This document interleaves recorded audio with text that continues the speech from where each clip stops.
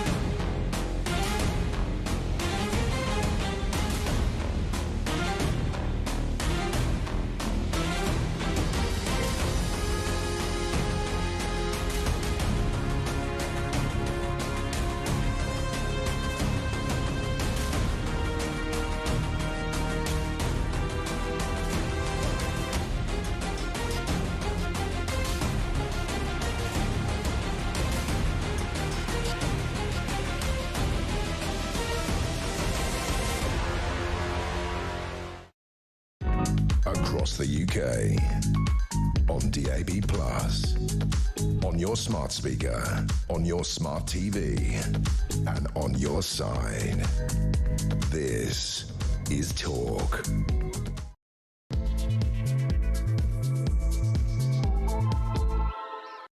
A very, very good morning to you. Welcome to the show. This is Talk, the home of common sense with me, Julia Hartley-Brewer. Great to have your company, whether you're listening on DAB+ radio or on your smart speaker, watching on YouTube or your connected device. As I say, lovely to have you on board. Rip-roaring 3 hours ahead. Among the topics we're going to talk about, of course, the aftermath still of that horrific event. Well, I would say you can't say collision, because that kind of doesn't really do justice to what happened on Monday. An attack, and then people say, well, you're implying something. We have no charges as yet, but I mean the horrific events in Liverpool, where a 53-year-old man is accused of ploughing a car into crowds of Liverpool fans during that victory parade. It's now emerged that he was allegedly high on drugs and is believed to have followed an ambulance through a police barrier before ramming the vehicle into supporters. Some 65 people are now known to have been injured. People are still in hospital fighting for recovery. He was arrested, we've told by the police, on a suspicion of attempted murder, dangerous driving offences and driving while unfit through drugs. Police have until midday today to continue questioning him, so we may see charges by around lunchtime. Keep you posted on any developments there. Plus, Keir Starmer's plan to release prisoners early could be of net detriment to public safety. That is, police think, for what the police think about, well, basically, we're going to have more crime, guys. The heads of the Metropolitan Police, MI5 and the National Crime Agency all have said that it risks undermining confidence in policing and criminal justice. Plus, Boris Johnson's former chief advisor, Dominic Cummings, has said that Reform UK leader Nigel Farage could definitely become Prime Minister at the next general election if he listens to him. Cummings has revealed how he advised the Reform UK leader about how to go from one man and an iPhone to entering Downing Street. And Donald Trump has warned Vladimir Putin in a social media post that he is playing with fire as his frustration with the Russian leader reaches boiling point, we are told. Well, yeah, I hope it does, because then he might actually back Ukraine to win the war and not Russia. Fingers crossed for that. There is so much I want to talk about, but in particular I want to hear from you about on a topic, and I know you were discussing it on Mike's show as well. Sadiq Khan, the London mayor, he has decided to put his tuppence worth in on drugs. Now, bearing in mind, he is effectively in charge of London's policing. It's the capital city, the biggest police force. He's the police commissioner for London. He has called for cannabis possession to be decriminalised, so not made legal, and it's going to be legal still and a criminal offence to deal it, to produce it, but to just have some for your own personal use, he thinks should be decriminalised. I don't know about you. I thought it already effectively was. But he's claiming that drug laws are damaging the relationship between police and ethnic minorities. Yeah, because that's the big issue. I want to know what your reaction is to that. Give us a call, 0344 499 1000. Text the word talk in your message to 87222. You can get in touch with us on X at Talk TV. Calls are charged at the national rate. Text costs £1, standard network rate message. Here with me to chat about all the big stories, as usual on Wednesday, it's Claire Pearsall, former Conservative Government Advisor. A very good morning to you. Good morning. I mean, a lot of these stories are right up your strata as a former Home Office advisor, aren't they? Let's get straight to them. Obviously, charges haven't been brought yet, but arrests have been made regarding the driver of the. Again, it's so difficult. People keep saying they don't like the word collision, but there are legal technicalities. The car, his car allegedly ploughed into people. 65 people injured. There are still children, adults in hospital in what's been described as a rampage. We now know that the police believe that he was high on drugs at the time. There have been some reports that he'd left a bar and he was drunk. Big question marks about how he was able to gain access to these roads. Now, an awful lot of people who were at the parade on Monday night are saying, well, look, lots of the streets were empty. It wasn't really strict. Police say, no, he didn't break through cordon. He followed an ambulance through, which was being called to someone in the crowds, and just took his vehicle through. Maybe the emergency services just thought, oh, he's with the ambulance. I mean, who knows? But there are still a lot of concerns over both the policing allowing a vehicle with so many crowds, but also the fact that somebody who was allegedly, high on drugs, is one of the charges against him, was able to do this. Normally with a big parade like this, the policing effort is so contained. Streets are shut off for hours on end, from early in the morning till late in the evening. So I think that there are an awful lot of questions that need to be asked as to how a vehicle could indeed follow an ambulance. When you look at things like the London Marathon, you can't get a car anywhere near to the barriers in the first place. I know I used to live along the route many years ago when I lived in London. You couldn't get a car anywhere near it. So I think that needs to be questioned as to why was the car there in the first place? How could he get in it and drive? What happened when he went through the barriers following the ambulance? Did nobody think, hold up a second, what's that normal looking car following? It's not a police car, it's not got lights on it. What's going on? Nobody stopped it. So I think there are a lot of questions for the police. Obviously, there will always be the potential, for instance, to happen when, if this is as suspected, there are drinks or drugs involved. Yeah. Well, that's the thing. I mean, the thing is, I think a lot of us, first sight when we saw what happened, we saw when you see the videos, your first thought, and again, not because people are racist or Islamophobic, for goodness sake. It looked like modus operandi of an Islamist extremist terrorist attack, because there have been lots of them across Europe and including the UK. And it appeared that the car was being driven deliberately at people. And none of that kind of tallies with someone who apparently was on drugs. I think this is the stuff that people don't get. And I think that's why so many mad rumours are still on the internet. And I think that is still an issue, because it doesn't quite make sense. And because no one trusts what the police say anymore. And they don't trust what the police say anymore because we've been lied to before. Absolutely, not just a lack of information, but also at the time, but also then, no, definitely not a terror attack. It just happened, we know, within a day, because we searched his home, to have rice in and an Al-Qaeda terror manual in his home. But we're not going to charge him for that until October, until after the summer, because we don't trust you horrible, bigoted, stupid, massive, ordinary people, because we can't trust you with that information. I think it's understandable. I think, again, the authorities, the police, they've all created this situation that we don't really trust their version of events anymore. We don't. And with the advent of social media, everybody's phone has a camera on them. Everybody is a citizen journalist. That's what they've turned into, and the information goes out there very, very quickly. And the police haven't quite understood that in order to protect the integrity of their operation, they need to actually start working in the real world here and start releasing out details a lot quicker. Well, again, they say they're tied by the law, they're tied by... There is some stuff they can do. There are information. And Sir Mark Rowley, the Met chief, has already been out on the media this morning saying that they need to change. And I think it's quite interesting for somebody like him saying that when the Met have been in the doldrums. What do you make? I mean, I do want to talk. There's quite a lot of other stories involving the police and authorities on crime. But the former Metropolitan Police Superintendent Dal Babu, who is himself of Asian descent, he has told The Guardian that the decision to give the suspect's ethnicity, a 53-year-old white British man. He said he thinks the decision was correct. He says the decision was correct to counter misinformation, but it could be exploited by the far right. We hear this all the time, do we not? He said the decision was unprecedented.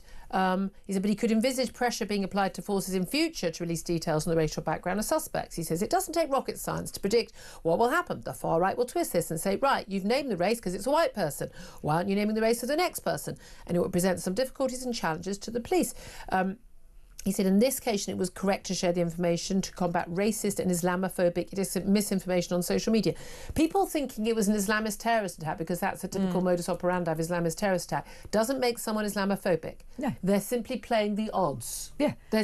We make assumptions. I mean, you know, if you're going to picture, if I told you, like, oh, you know, someone has sexually assaulted someone, you're going to picture a male assailant and a female victim, aren't you? Of course. Well, it may not have been. It may be a female assailant and a male victim. But it will be unlikely. But would that make you sexist? No, you're just... We, as human beings, we look at we play the odds. But he said you can imagine a situation before right would say, oh, you haven't named the ethnicity of this person, and that's because they're a person of colour. Well, yeah. That is exactly what's going to happen. That is exactly what is going to happen. But he doesn't give any indication as to what it is he would do. And the kind of thing, they're damned if they do and damned if they don't. Whatever information they put out there, everybody's going to tear all over it, because we're on online 24 hours a day, 7 days a week. Everybody wants information. But why would you not put it out there? And I think that this is the whole point with policing these days. Why wouldn't you give the public the information actually because that they don't trust may well us. Help? Because they don't trust. No, they don't. And they again, if you could give full to. information every time. Again, the issue with Southport wasn't the information; it was the lack of information. Yeah, you create that exactly. Let's talk about the lack of information that we get about the prisoners who were being released in this country, released early. And we know it would have happened under the Tories. As well, even the prison releases last September, October, and the prison releases that have happened recently and are going to continue to happen because no one built enough prisons. And we've got more crime. We've got more crime because we put people in prison for long enough and they come out and commit crime. It's almost like it's circular. But 6 police chiefs have told the Prime Minister that his crime pledges are in peril, bearing in mind they were going to, slash crime in this area, slash drug taking, slash knife crime, slash whatever.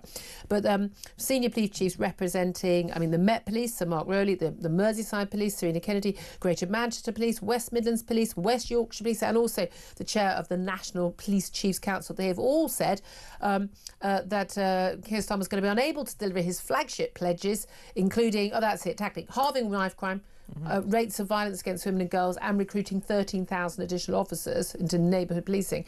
They're not going to be able to do that because police aren't getting their funding, and at the same time, we've also got plans to release prisoners early, risking public safety, according to, and this is the heads of Met Police again, MI5 and the National Crime Agency, simply saying releasing thousands of prisoners who've served as little as a third of their sentences, and that means they just cannot even begin to manage this offload of people, some actually potentially physically dangerous, onto our streets. This isn't rocket science, is it? We were all warning about this. Imagine my surprise to be told that if you let a criminal out of prison early, they may well commit further crimes. I'm as shocked as you are, Claire. I think we all are, aren't we, guys? I thought they'd come out and be all sweetness and light. The problem is you don't have the backup in the street. So if you're going to release people early from a sentence, what are you going to do? You'll need to tag them so you know where they are. They're going to be closely monitored, Claire, didn't you know? I'm not sure by who. This is the problem. You don't have anyone to monitor them. You don't have enough electronic ankle tags. You don't have the people to monitor those to make sure they're not taking them off. The probation officers, the whole system falls down. You start letting criminals back out on the street, they're just going to go AWOL. They're going to carry out more crimes. And then are they going to end up back in prison again or not? Because that space has been given away to someone that's written some hurty words instead. So I'm not sure what the Labour Party think they're really doing. But again, when you want to sort of protect the NHS funding and you increase defence funding and you've got all these other things you want to spend money on, you don't have enough money No. to put into police and criminal justice. And we've seen that the whole police and criminal justice system completely underfunded since 2010 as a result of those austerity measures, because the Home Office was one of the departments that got squeezed, so is the Department for Justice. And what a surprise, we have a breakdown of law and order. And again, I keep being told, oh no, all the surveys say and all the police reports suggest that we haven't got rising crime in most areas. I'm like, that is not what anyone, certainly in where I live in London, I know so many people, including myself, who've had something stolen from them. I mean, you know, Mike had his bag, his phone stolen. I have my bag stolen. A very good friend of mine had his bike stolen. I know one other people who've had a watch stolen. I mean, there hasn't been a rising crime. I just simply happen to know a load of people it's happened to in the last couple of years. It makes you wonder who are they asking in their little survey? I know, exactly. Someone in a little village in Devon where, like, you know, there are 3 men and a dog. Lovely place to live, but probably low crime rate. I'd love to hear your thoughts on this. I mean, in terms of, do we need to prioritise actually spending some money on you know, the crime and criminal justice system and on the police so we can actually prevent more crime? Is that a priority for you? And what would you cut in return? And what taxes would you raise to pay for it? Do give us a call on that, 0344 499 1000. Let's talk about cannabis, though, because this is my question. I want to ask specifically about this, but, you know, I don't know if you're up already. If you like cannabis, you're probably not going to be up till about 3 or 4, are you? At a nice late night? Yeah, I mean, I'm just saying. But Sadiq Khan has basically said he thinks that cannabis should not be criminal, possession of it. He said it should be decriminalised. So that's not the same as making it legalised. These are sort of nuances. You work at the Home Office, you'll be able to explain that to us. But he's had an independent London Drug Commission. It's headed by Lord Faulkner, the former Labour Justice Secretary, independent. He's recommended the possession of small amounts of natural cannabis, you know, for your own personal use, should no longer be a criminal offence. Dealing or producing the drug would remain illegal. He said that cannabis laws were disproportionate to the harms it can pose, particularly in the case of possession for personal use. And they've also got a lot of concern over the use of suspicion of cannabis possession, allowing police to stop and search young people. In particular, the report says the law with respect to cannabis possession is experienced disproportionately by those from ethnic minority, excluding white minority groups, particularly London's black communities. While more likely to be stopped and searched by police on suspicion of cannabis possession than white people, black Londoners are no more likely to be found carrying the drug, they say. So basically it creates an issue there. Discuss. I mean, where do you start with this? I mean, it's the most ridiculous thing I think I've ever heard, and quite pleased to see that the Home Office come out yesterday saying they had absolutely no intention of reclassifying cannabis. Good. That puts it's a Class B drug. It used to be a Class C, but then a lot of the cannabis that comes in now is skunk. And I sound like an 80-year-old judge saying this. I do understand that. What is this Beatles you talk about? But it is much, much stronger than the stuff that perhaps people's parents were smoking in the 60s. Well, this is it. And there's a certain amount of sort of our generation that would look at this and say this was not a very particularly hard drug, but actually what's happened to it these days is it has become stronger. It's being passed around, people are taking more of it, and there are more people taking it, so therefore it is becoming a vastly bigger problem. But it was downgraded from Class B to Class C in 2001 by Tony Blair's government. How's that worked out? Yeah, well, I mean, the thing is that most people think reversed. It has been decriminalised. My main issue with cannabis is it makes people incredibly boring. People are so boring once they're smoking cannabis. I just think we've got enough drugs already. It seems to me it's a slippery slope where once you criminalise cannabis, you then move to the next one. But people say, well, it's already decriminalised. Well, yes, if you don't enforce the law. I mean, people say, well, the war on drugs hasn't worked. I'm not with Peter Hitchens on a lot of major issues, other than drugs and British summertime. He's opposed to both, and so am I. I'd be on British Summertime all the time. But genuinely, it is. We've never actually had a proper war on drugs. The main issue here is the middle classes. They're not concerned about young black men being stopped and searched for drugs. What they're concerned is that Jemima and Sebastian are going to could possibly get a criminal record, and it will stop them in their wonderful careers because they smoked some dope. That's what they're concerned about. It's a middle class, lefty sort of concern. I would tell my kids, don't do drugs because it's illegal. Yeah. One of the main reasons people cite for not using cannabis is that it is illegal. and they don't want a criminal record. So isn't it a good idea if that stops more people using it?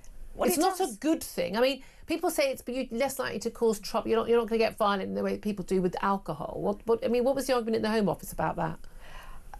The Home Office took the view that it would deal with the law as it was given to them, but reclassifying what is a drug down to something akin to drinking a soda, they weren't going to do. Vaping? Yeah, they weren't going to do that because it is a drug, and then you'll get the argument, once you've done that with cannabis, what is next? Are you going to start looking at cocaine? Are you going to start looking at spice? And that's what whatever it is. That's what a lot of the druggies want, let's be honest. It's a libertarian view that if it's someone's own body. And the thing is, fine, if some silly rich aristocrat wants to ruin their life with drugs, I just don't care. I've got no sympathy. But the thing is, these drugs are pushed on 12-year-olds living on housing estates whose lives are then ruined. And I think a lot of people, there's a middle class media world attitude to drugs, which is very sort of, everyone's doing cocaine at the Brits, isn't it funny? And it's all, I perform so much better in my city job and things on this drug or that drug, and I need this drug to relax.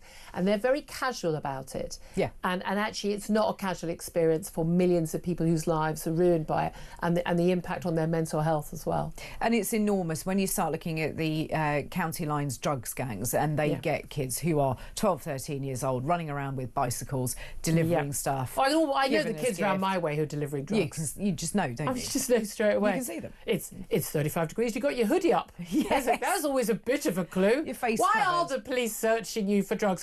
It's a mystery to me. It really is. Yeah. No, just one final topic I want to get to just before we go to a break, and I'd love to hear your thoughts on this. Are we just being, silly middle-class women having a conversation, being totally out of touch, and you do drugs, you do absolutely fine, and actually it's a simple matter, frankly. If someone wants to put something in their own body, it's no one else's down business.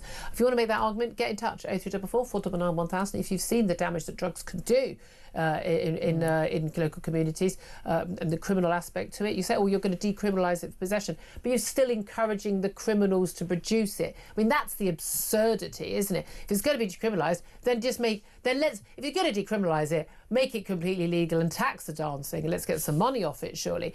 Get in touch. I want to hear your thoughts. 0344 499 1000 is the number to call. But I also just want to talk about Dominic Cummings.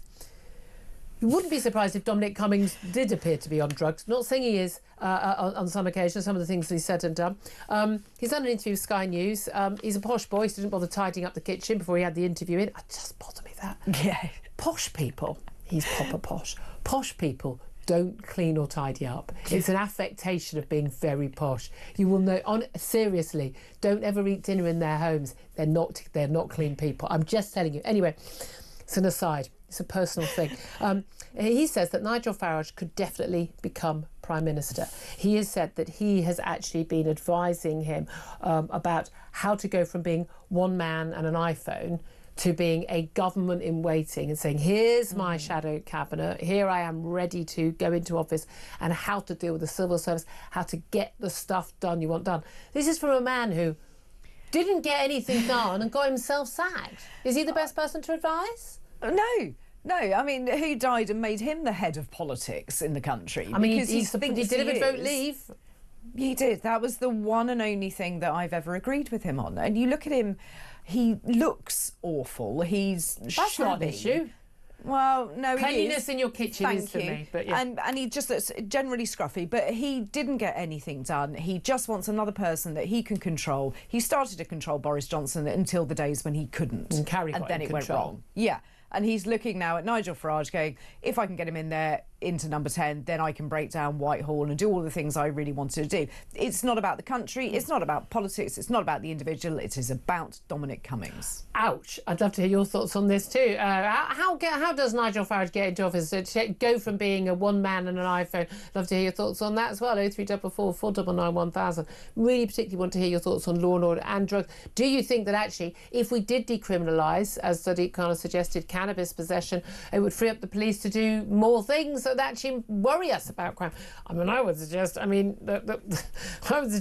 actually they barely touch the cannabis issue anyway, so is that a problem? If you think it should be decriminalised, fully regulated, taxed, all drugs? I'd love to hear your thoughts. Any version in between. I'd really like to get a debate going on this. Give us a call, 0344 499 1000. We'll get your messages up next. This is Talk.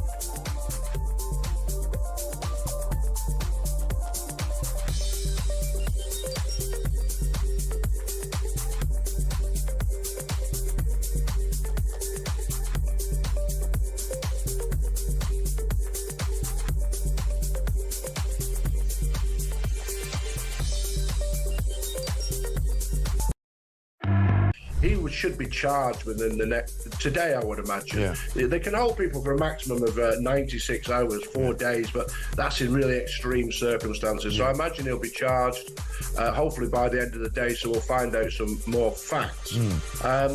But then there'll have to be an inquiry because, as I say, this is not the last time that Liverpool or Everton are going to win a major trophy, and these things are going to happen again. And this is just completely unacceptable to allow the community to be put in such danger.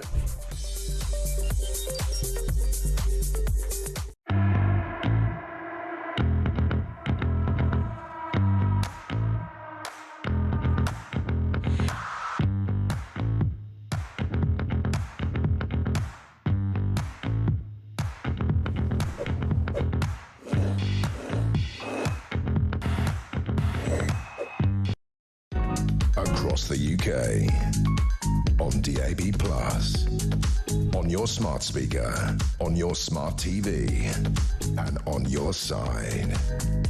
This is Talk.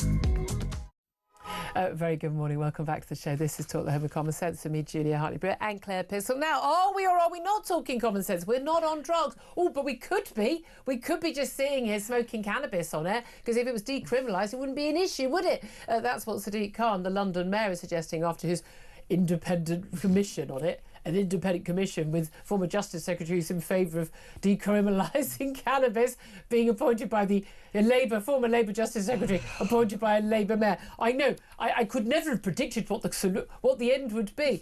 The Home Office said, it's not going to happen. But what is your reaction? Should we basically decriminalise cannabis possession, if not dealing it and producing it? Why only one end of it and not the other? But also the key reason being given that it's damaging the relationship between police and ethnic minorities, because smelling cannabis is one of the reasons for stop and search. And it's largely happening with young black people particularly in London, and that's creating problems between the police and the ethnic minority communities, we're told. I'm not sure that's a good reason to decriminalise drugs, but let's get to your messages. Fraser says, in lawless London, it's basically being legalised already. You can smell it wherever you go. The man has no intention of keeping Londoners safe or tackling crime. There is an element, isn't there, that as each crime we fail on, we just legalise it. Why don't they just legalise us all carrying knives and have done with it? I would add guns to that as well. No, but next, it's the idea that we haven't managed to do. I mean, we haven't stopped rape, so let's just legalise that then. I mean, we to all intents and purposes have with the conviction rate. Yeah.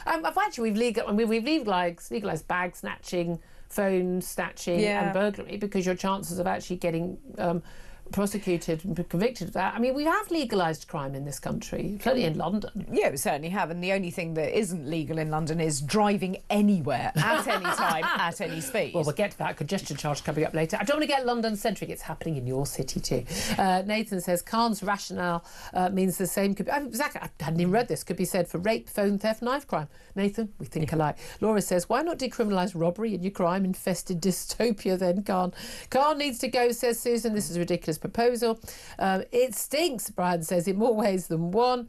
Yasmin said, what about the police's relationship with the rest of the population? Trust and respect in that regard appears to be degrading. You don't sound very keen on this idea. Let's go to Andrew's on the line. He's called 0344 499 1000. He's in Hertfordshire. Hello, Andrew. How are you today?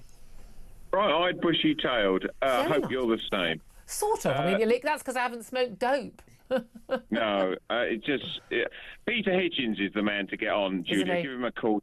Get him on. He's very good around this. But the reality is that serious crime that's committed when the individual has a drug, it's not a drug addiction, it's a drug habit. Yeah. That the one thing they all say is, I started with cannabis. And in the news, we've got an individual that's been involved in a road traffic accident. Our thoughts go out to the families. But you watch how that individual started off on that road. So I think cannabis is definitely always, I think, has been the gateway drug. Although actually, I'd say smoking is the legal gateway drug to cannabis, and then it carries on from there. 100%. But the great tragedy in it all is the misery. These gangs that control it. There was a marvellous article in the Financial Times saying that how they kidnap young girls, put them into prostitution, so on and so forth. This, and the Mayor of London, if you look at what he does, it's another way of, the Notting Hill Carnival will carry on this year and there'll be deaths at that. This is another way of pandering to a minority to make him look like he's the person to vote for. And London, the streets of London now, actually, it's not a very place to be proud of. It's dirty, filthy. Oh, it is. It's one of the things. crime-ridden. It's one of the things I really notice when I go to other cities, particularly in Europe, how much cleaner they are than London. And I think it's the same for a lot of other cities actually, big cities around our country. They're just not very clean. It's just that whole sort of. I mean, it's the litter, it's the e-bike here, and the thing scattered there, and it's the rubbish there, and there's someone sleeping rough there, and drug paraphernalia. The whole vibe is definitely just sort of a dilapidation, and the drugs. But it drags the country down, and that's why I always think the Home Secretary was in charge of London. If London sets the standard, then everybody else follows. And at the moment, London it's like a scene from a Mad Max movie. It's foul, and you've got a daughter moving around in there. I've got two daughters moving around in there. I don't sleep that well about it. It's not a nice place. There is that concern. I know, stabby London. People always sort of joke on the internet, like, I'm going to London, got my outfit, got my chain mail on. There's lots of other calls I want to get to on this. I know Mike. Thanks, Andrew. Mike is online. But Mike, I'm going to come to you a little bit later. When I've got a bit more time, because I know you've got an important story that you want to tell us. So do please wait on the line, and we'll call you back. Right now, let's go to a break. We're going to talk to Brendan O'Neill, chief political writer at Spiked Online. I'm going to talk to him about all these crime issues, legalising or decriminalising cannabis. But also, could Nigel Farage really become Prime Minister? Is he just one man and an iPhone? And could Dominic Cummings help him? We'll talk about that up next. This is Talk.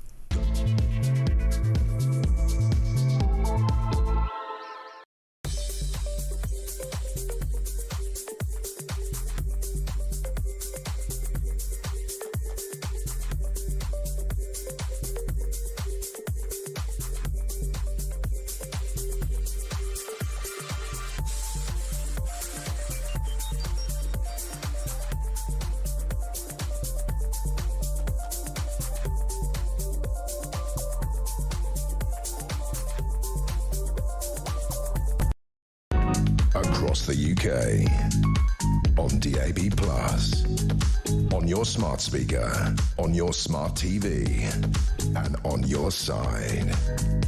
This is Talk. Welcome back. This is Talk. I'm Julia Hartley-Brewer. Let's get straight to my next guest, Brendan O'Neill, chief political writer at Spiked Online. A very, very good morning to you. Hi, Julia. Thanks how you for doing? Very well indeed. Thanks so much for joining us. I want to talk to you about various different policing issues that seem to be very much at the front on the front pages. I mean, not just what horrific events in Liverpool, and we may well get a news of any charges brought against the suspect there after 65 people injured in Liverpool. But we've got two interesting stories about, three really, but two involving senior police figures who are basically warning the government that look, they are putting the country in danger and people in danger by their what their plans are. One is a whole load of senior police chiefs basically warning that your crime pledges, Prime Minister, are in peril if you're going to basically cut our budgets and have a load of people released onto the streets. We've got MI5, Met Police Chief, and the National Crime Agency bosses saying early release of prisoners is basically putting us at risk. What is the solution to this, Brendan? You know, a lot of this is just so commonsensical. I mean, your listeners will be listening to what these top cops are saying and just nodding along. Of course, if you release dangerous prisoners early, that's going to be a problem. If you don't investigate crimes sufficiently or have enough bobbies on the beat, there's going to be more crime. I mean, all of this it's not rocket science, is it? But Keir Starmer and his government doesn't seem particularly interested in keeping the public safe. I mean, there are certain issues they would rather we didn't even talk about. They would rather we didn't talk about the problem of knife crime. They would rather we didn't talk about Islamic terrorism or... Well, that would make you racist, Brendan. Yeah, exactly. So they will say you're Islamophobic, you're racist, you're stirring up unnecessary strife. They've got all these excuses to put off serious discussions about the crime problems in this country. And that just makes people angry. And when they see dangerous prisoners, you know, of course, people are sympathetic to letting well-behaved prisoners who are not a threat to the public out of jail early. If they are rehabilitated, if they've become Lucy good people. Connolly, for instance. Exactly. Lucy Connolly is a perfect example. And of course, she's not being allowed out. But, you know, when it comes to people who are dangerous or who have been involved in armed crime or violence against the person, it makes sense to make them do their whole sentence. Or I would say repeat offenders, which most of them are. Yeah, exactly. So, you know, the question is whether this government is serious about securing our streets. And that is a great concern that people have. And I know there is this tendency to look down on ordinary people as law and order obsessives. There is nothing wrong with wanting the streets to be safe. That's what people want. It's such a basic part. I mean, look, number one job of a government, protect the borders. Not doing very well at that. Number two is simply to keep law and order on the streets, and people do not feel that that's happening either. Do you think that decriminalising cannabis will improve things? Sadiq Khan, the London mayor, said a commission, an independent commissioner, the former Labour Justice Secretary, Lord Faulkner, doing a report into this, he's concluded that basically the police are using the smell of cannabis as the excuse for stopping and searching young black people in London. That's creating, you know, difficulties between the police and ethnic minorities. So the solution, bizarrely, is if you decriminalise it for possession, that won't happen, the police won't have to deal with it, and then everything will be fine and dandy. Is that the answer? You know, the idea that it's somehow wrong to tell someone that they stink of cannabis, lots of people do these days. It's not just black kids, all sorts of kids, and not even kids, older people too as well. I'm slightly torn on this issue because I'm a bit of an old-fashioned liberal and I think people should be able to do what they want. But the marijuana problem in cities like London is out of control. This city stinks. I smell marijuana virtually every time I go out in public. I see people smoking it on the way to work. I mean, that is just ridiculously antisocial. It would be like me swigging from a bottle of vodka on my way to the office. This is not how... But it's become socially acceptable. And again, drug driving is a very big issue now. A lot of people just think that's completely the norm. But this is the thing. But you say you're an old liberal. You're kind of border on libertarian. You're like, if it's not hurting me, why did it bother me if you're doing it? But the reality is, it does hurt people, and particularly, you know, young kids, lives ahead of them. It does. I mean, there's loads of evidence about how it affects their brains, how it affects motivation, and also the involvement in criminality. Because unless you legalised it completely, the people selling it to you are still criminals. You're still drawn into links to a criminal world, which is not a good thing. In some ways, I think weed is the worst drug because it is such an atomizing drug. It does weird things to kids' brains. It does change the brain. It changes their behavior. It changes the way they see the world. It drives them ever more into themselves, which I think is one reason why they think it's fine and dandy to walk down the street smoking a joint, because they're only thinking about themselves. They're thinking about getting high. It makes people into idiots. You know, there's a reason it's called dope. It turns people dopey. This is the thing. So as I was saying earlier, one of my main reasons, I had a very good friend of mine very successful now, and she used to smoke dope, and she said, "You're always so judgy about it." I said, "No, you're just so boring when you smoke dope. You're just boring." But I also know a lot of people from my age group who you know, either cannabis was the gateway drug to other drugs, or they just carried on the cannabis, and it's just addled their brains. You know, there's a reason why politicians like Sadiq Khan are in favour of partially legalizing cannabis, but they're always very anti-alcohol. They think booze is the big curse Now, booze can be a problem for some people, but the reason they dislike alcohol is because it's the social lubricant. It's what we do when we go out and mix with other people and have conversations and socialize in the pub. You know, it's part of society. Yeah. That makes them suspicious. That makes them wary. They like cannabis because it's quite an individuated thing. It's like you at home, maybe with a handful of friends, and then you eat loads of Wotsits because you get the munchies. They like that vision for Britain rather than the vision of people getting out there getting drunk. Just stay in your homes, don't do anything at all. That's a fascinating analysis. Let me also talk to you about someone who's definitely been in his home rather more, not in Downing Street, since he got the sack from Boris Johnson's government, and that's Dominic Cummings. He was the man behind Vote Leave. I mean, the man is utterly brilliant. There's no Machiavellian as well, and his big plan was to go into government with Boris Johnson. He called him the trolley, didn't he, the supermarket trolley, that he was going to basically control him behind the scenes, puppet on a string, but also he was going to get his time in office to basically, tear up the civil service, tear up how Britain was run and start again. I loved it. I'm desperate for him to do it. As it was, I think his ego got a little bit too big for him, and he didn't get much of that done. And he was the one, pretty much the architect of us going into lockdown. So got quite a few issues there. He's done an interview with Sky News where he has said that basically he thinks that Nigel Farage could well be the next Prime Minister. He says he's definitely able to be the next Prime Minister, but he says that he can only do it if he listens to him about how to go from being one man and an iPhone to being on the cusp of walking into that door at number 10 Downing Street. Do you think it's possible? Do you think it's likely? I think it's possible. I think it's getting more and more likely. I also think it's desirable. I think Farage is a good politician. I think he's pretty much a good bloke. I don't agree with him on everything, but who do we agree with someone on everything on? I think he would make a great change for this country. People are crying out for something different to the two-party system where we just switch between one cardboard cutout and another. People are sick and tired of that. And I think Dominic Cummings is right. I think you're right to say that he's someone worth listening to as well, because he does have that rebellious spirit.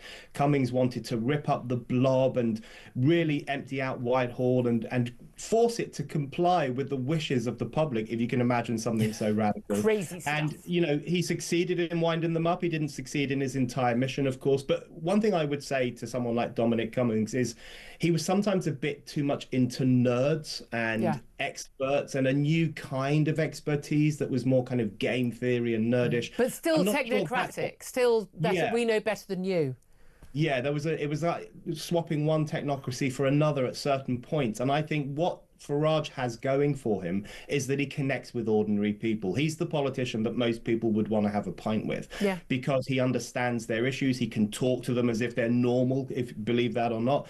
So I would say take advice from Cummings when it comes to standing up to the blob, but be wary of those new kinds of radical expertise. Yeah, and indeed also, again, that ego, and that can often be an issue. Nigel Farage has been criticised many times on the ego front, hasn't he? It's interesting that he did a big set-piece speech yesterday, announced various policies, Nigel Farage, about what he wanted to do in cutting various, or boosting various different benefits. I disagree with him on some, like you, disagree with him on others. It's fascinating that the hit back from Labour is, he's just a posh public school boy and he wants to privatise the NHS. They're obsessed with that, aren't they? They are obsessed, and they cannot handle the fact that Keir Starmer is eating into Labour territory, not just physical, geographical Labour territory, but political territory. It used to be the Labour Party that cared about working class people a long time ago. It used to be the Labour Party that wanted people to have jobs, to have full employment, and to provide welfare for those who were down on their luck and unemployed, not for everyone who just felt a bit lazy one Monday morning.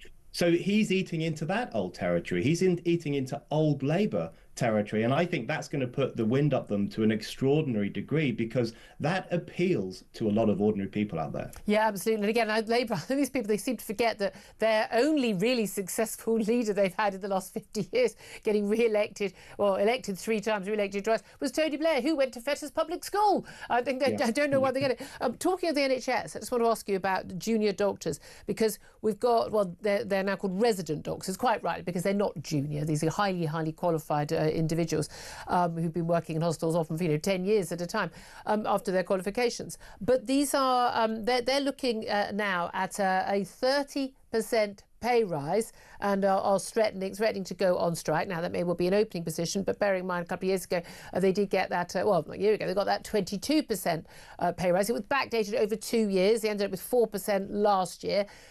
They are still, like a lot of public servants and a lot of people in the private sector, still actually, since 2010, real terms worse off than they were in 2010. However, looking at 30%, and of course, we've got all the other public sector unions saying, I'd like my pay rise as well, please. This is going to create a lot of headaches for not just number 10 Downing Street, but number 11, Rachel Reeves. She's got a spending review in 2 weeks' time. She's got to have a budget in the autumn. And basically, there ain't enough money to pay for these things. What should she do? You know, it's a tough one, isn't it? Because I think resident doctors should be paid well, and they should get a wage that reflects the contribution they make to society, which is an important contribution. You know, we're all a bit angry with the NHS for what happened 5 years ago and various things that the NHS does in relation to COVID and other issues, which are not always particularly helpful. But it's an important institution, and the people who work for it play an important role, so they deserve a good wage. But the thing is, I think one of the problems with this government is that it gets its economic priorities all wrong. Yeah. So we know, and you've talked about this as well, Julia, that we are going to be spending a lot of money housing illegal immigrants, not only in hotels, but also in actual homes, in houses, and other spending like that really gets people's backs up, because they just think, why are we giving money to this thing and not giving it to the other thing? So one problem is skewed priorities in terms of the economy and politics, which makes things like this more difficult to resolve. Yeah, absolutely. And again, it's interesting that Reform said they're going to get rid of the asylum hotels. Well, where are you going to put these people? Because, you know, you're not going to be able to deport those, you know, hundreds of thousands of people, as they probably will be by the time if they get elected. Brendan O'Neill, great to talk to you. Covered a lot of ground there. Really appreciate that. Chief political writer at Spiked Online. Claire Pissell, just on the Julia Doctor issue, because we haven't got to that with you yet. Claire Pissell is a former Conservative government advisor in the Home Office. They're demanding another 30% pay rise. The government has been accused by Tories of caving into trade union paymasters. Of course, they did this last summer straight away. Train drivers, doctors, and then of course everyone goes, oh, I'd like mine, please. I'd like mine, please. Now, I don't think there's an argument for paying train drivers a lot more, because there isn't a shortage of train drivers. You could literally hire a whole new load of people who want to drive trains very quickly on the sort of wages they're paid. What, 70 grand a year to drive a train? Be kidding me. I mean, a lot more than resident doctors. You've got, bearing in mind, these people have got 3 or 4 grade AA levels. They've got a degree from university, and then they've got 7 years of training, and then they're offered. Some of these people are working for like 10 years. The person, you know, if your child has an operation, the odds are it's not a consultant, it's a resident doctor who's doing this operation. Yeah. Okay. These are senior, highly qualified people who work some rotten hours as well. And we're looking at their pay. I mean, these are not people earning. They're sort of on, like, you know, sort of average starting salaries increased by almost 10,000 in 3 years to 38,000. Starting salary at £38,000. I mean, I'm sorry, these are not millionaires. We often hear about, you know, GPs and the you know, the consultants who are on over 100k. These people are not earning anything like that. I mean, I think it's quite bizarre that someone who's doing that job, that life and death job, should be earning, you know, way less than someone who's driving a train. Yeah, and they do need to be paid more. And these are the people that you run into when you go into, if you have the unfortunate to go into A&E or places like that. It is these resident doctors that you're going to be seeing, and they are fantastic. However, there is only a certain amount of money, and I think the government really have got it wrong by caving in so early last year, because they could have actually looked at what would be a proper pay increase for resident doctors and for nurses, etc., without having this great big lump now going, we want 30%, which is a ridiculously high number for a pay increase. Whereas they could have done this in a staggered way. They could have given in a little bit last year and actually looked to increase the wages. Well, I mean, they're talking about doctors pay £17.50 an hour. Yeah. And it's okay, I mean, I pay my cleaner more than that. Yeah.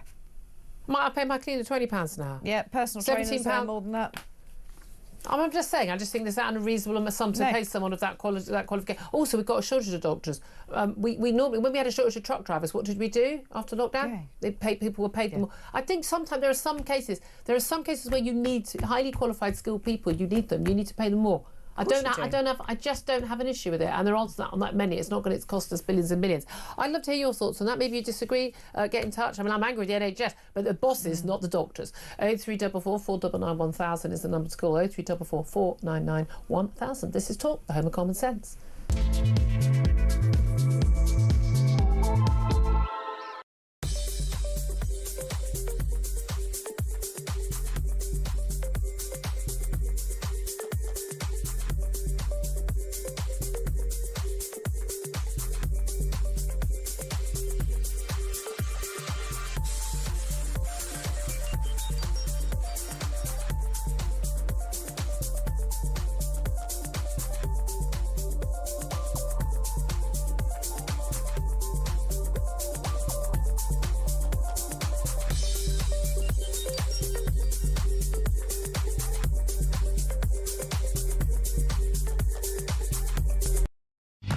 The war is escalating. It's not diffusing, and the potential for the ceasefire and peace negotiations have been a distraction from that. Putin is making his position very clear indeed. Yeah, he really is. And so, has the kind of peace plan just fallen by the wayside? Is that the end of it? I don't think it's the end of it. Both sides are still talking-ish. We're waiting for what Donald Trump's going to say next on Truth Social as to what the next line is.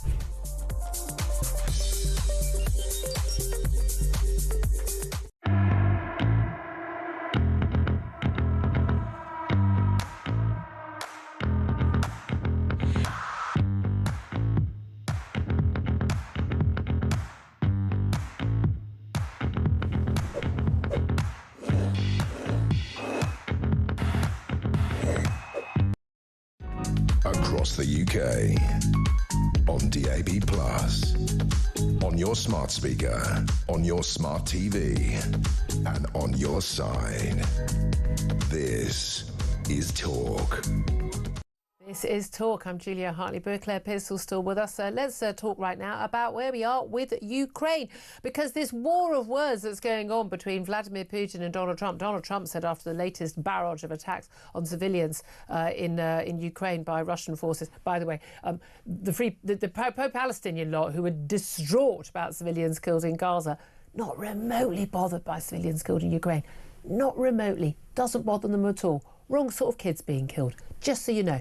Donald Trump was saying that Vladimir Putin had gone absolutely crazy. Vladimir Putin retorted by saying effectively he was, I think he said that he was sort of emotionally overloaded. Now Donald Trump has issued last night one of his Truth Social posts saying that Putin is playing with fire. He says, what Vladimir Putin doesn't realise is that if it weren't for me, lots of really bad things would have already happened to Russia. And I mean, capitalised, really bad. He's playing with fire. The Kremlin spokesman Dmitry Medvedev responded by saying the only true bad thing to worry about was World War III. I hope Trump understands this. What does this war of words mean? Let's talk to Cormac Smith. He's a former advisor to the Ukrainian Foreign Ministry and joins us now. Cormac, good morning to you.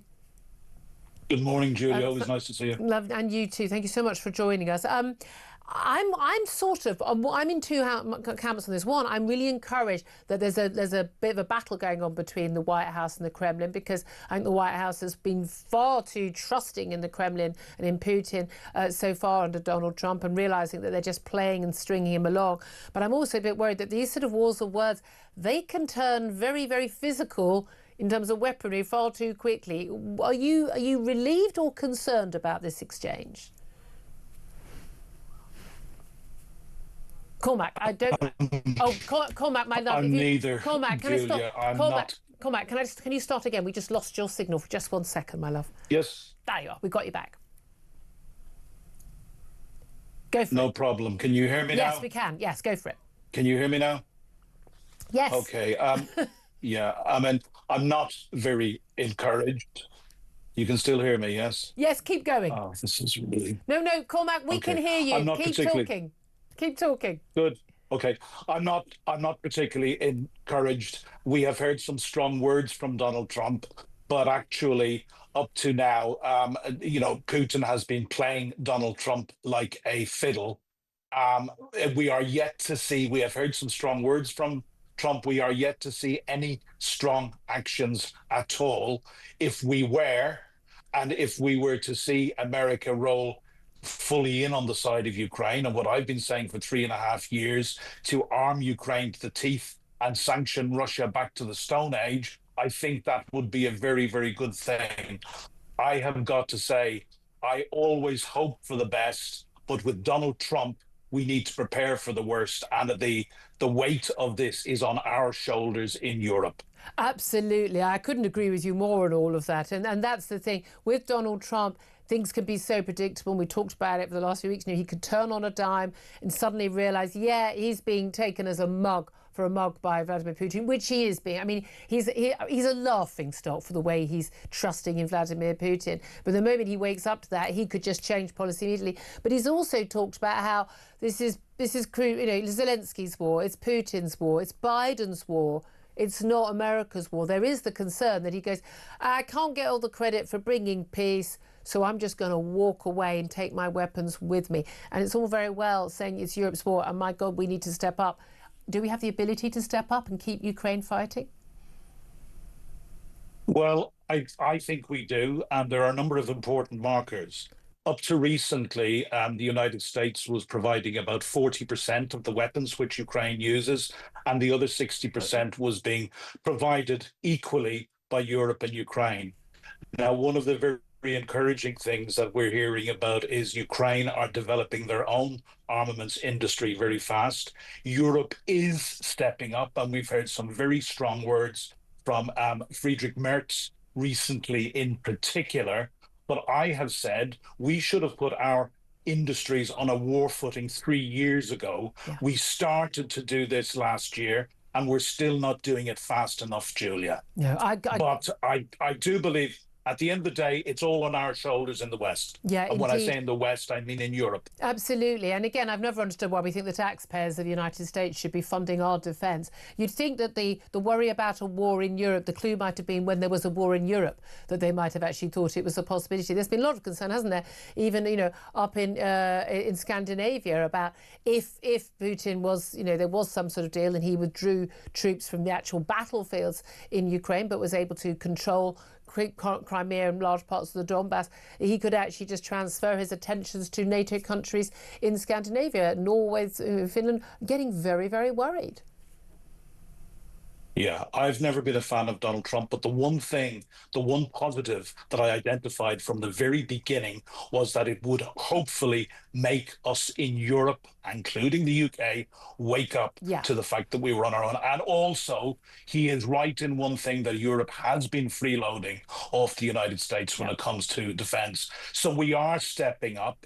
I don't think we're stepping up fast enough. We have huge concerns here at home in the UK about the Strategic Defence Review, which we are still waiting for. And, we fear, and I was speaking to our mutual friend Philip Ingram only on Sunday about this, we fear that it will not be enough. And also they are putting, cart before horse in that they're going to bring out the defence strategy after the Strategic Defence Review. Yeah. This is absolutely crazy. So big worries at home here. Britain, absolutely must be front and centre of the leadership, along with Germany and along with France and Poland and the Baltics and Finland and Sweden. That to me is the coalition of the willing. Hopefully Italy as well. But together, if you look at our combined economies and you look at our combined populations and the military capability that we have, we should be able to deal with Russia. There was that great saying, I'm afraid I didn't come up with it, that 500 million Europeans are asking 350 million Americans to protect them from 140 million Russians who can't even defeat 40 million Ukrainians. It's crazy. Absolutely. Colin Smith, I'm so glad we saw it out the line. So worth hearing what you had to say, former advisor to Ukrainian Foreign Minister, and we have real amazing sort of defence and foreign analyst as well, Claire Pearsall. I mean, it's really interesting that. But he talked about, one of the strong actions. We've got strong words. It's all, I'll get my dad onto you. My dad's bigger than your dad territory at the moment. But actually, that's not been the strong actions in terms of providing more armaments to Ukraine that could absolutely help them on the battlefield. And then asking anyone to spill blood for them, they're saying that we'll spill our own blood. blood. We just need your weapons. But also sanctions. There's so much more we could do. You sanction India for doing trade with, trading in Russian oil. They stopped trading with Russian oil.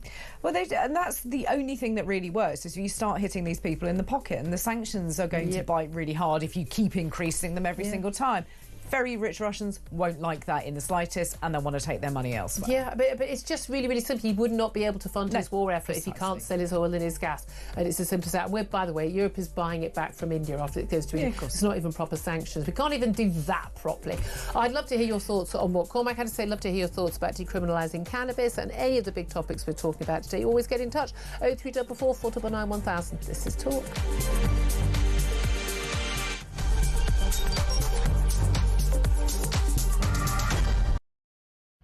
Hi. How much, ladies and gentlemen, are fish and chips where you come from? We'll go to Jason in Crewe. Jason from Crewe, fish, chips and peas, £7.50. It's the best chippy in England. Janice in Leeds, go. Regarding fish and chips in Leeds, it's between £9.50 and £12.75. Whitby, how much is fish and chips?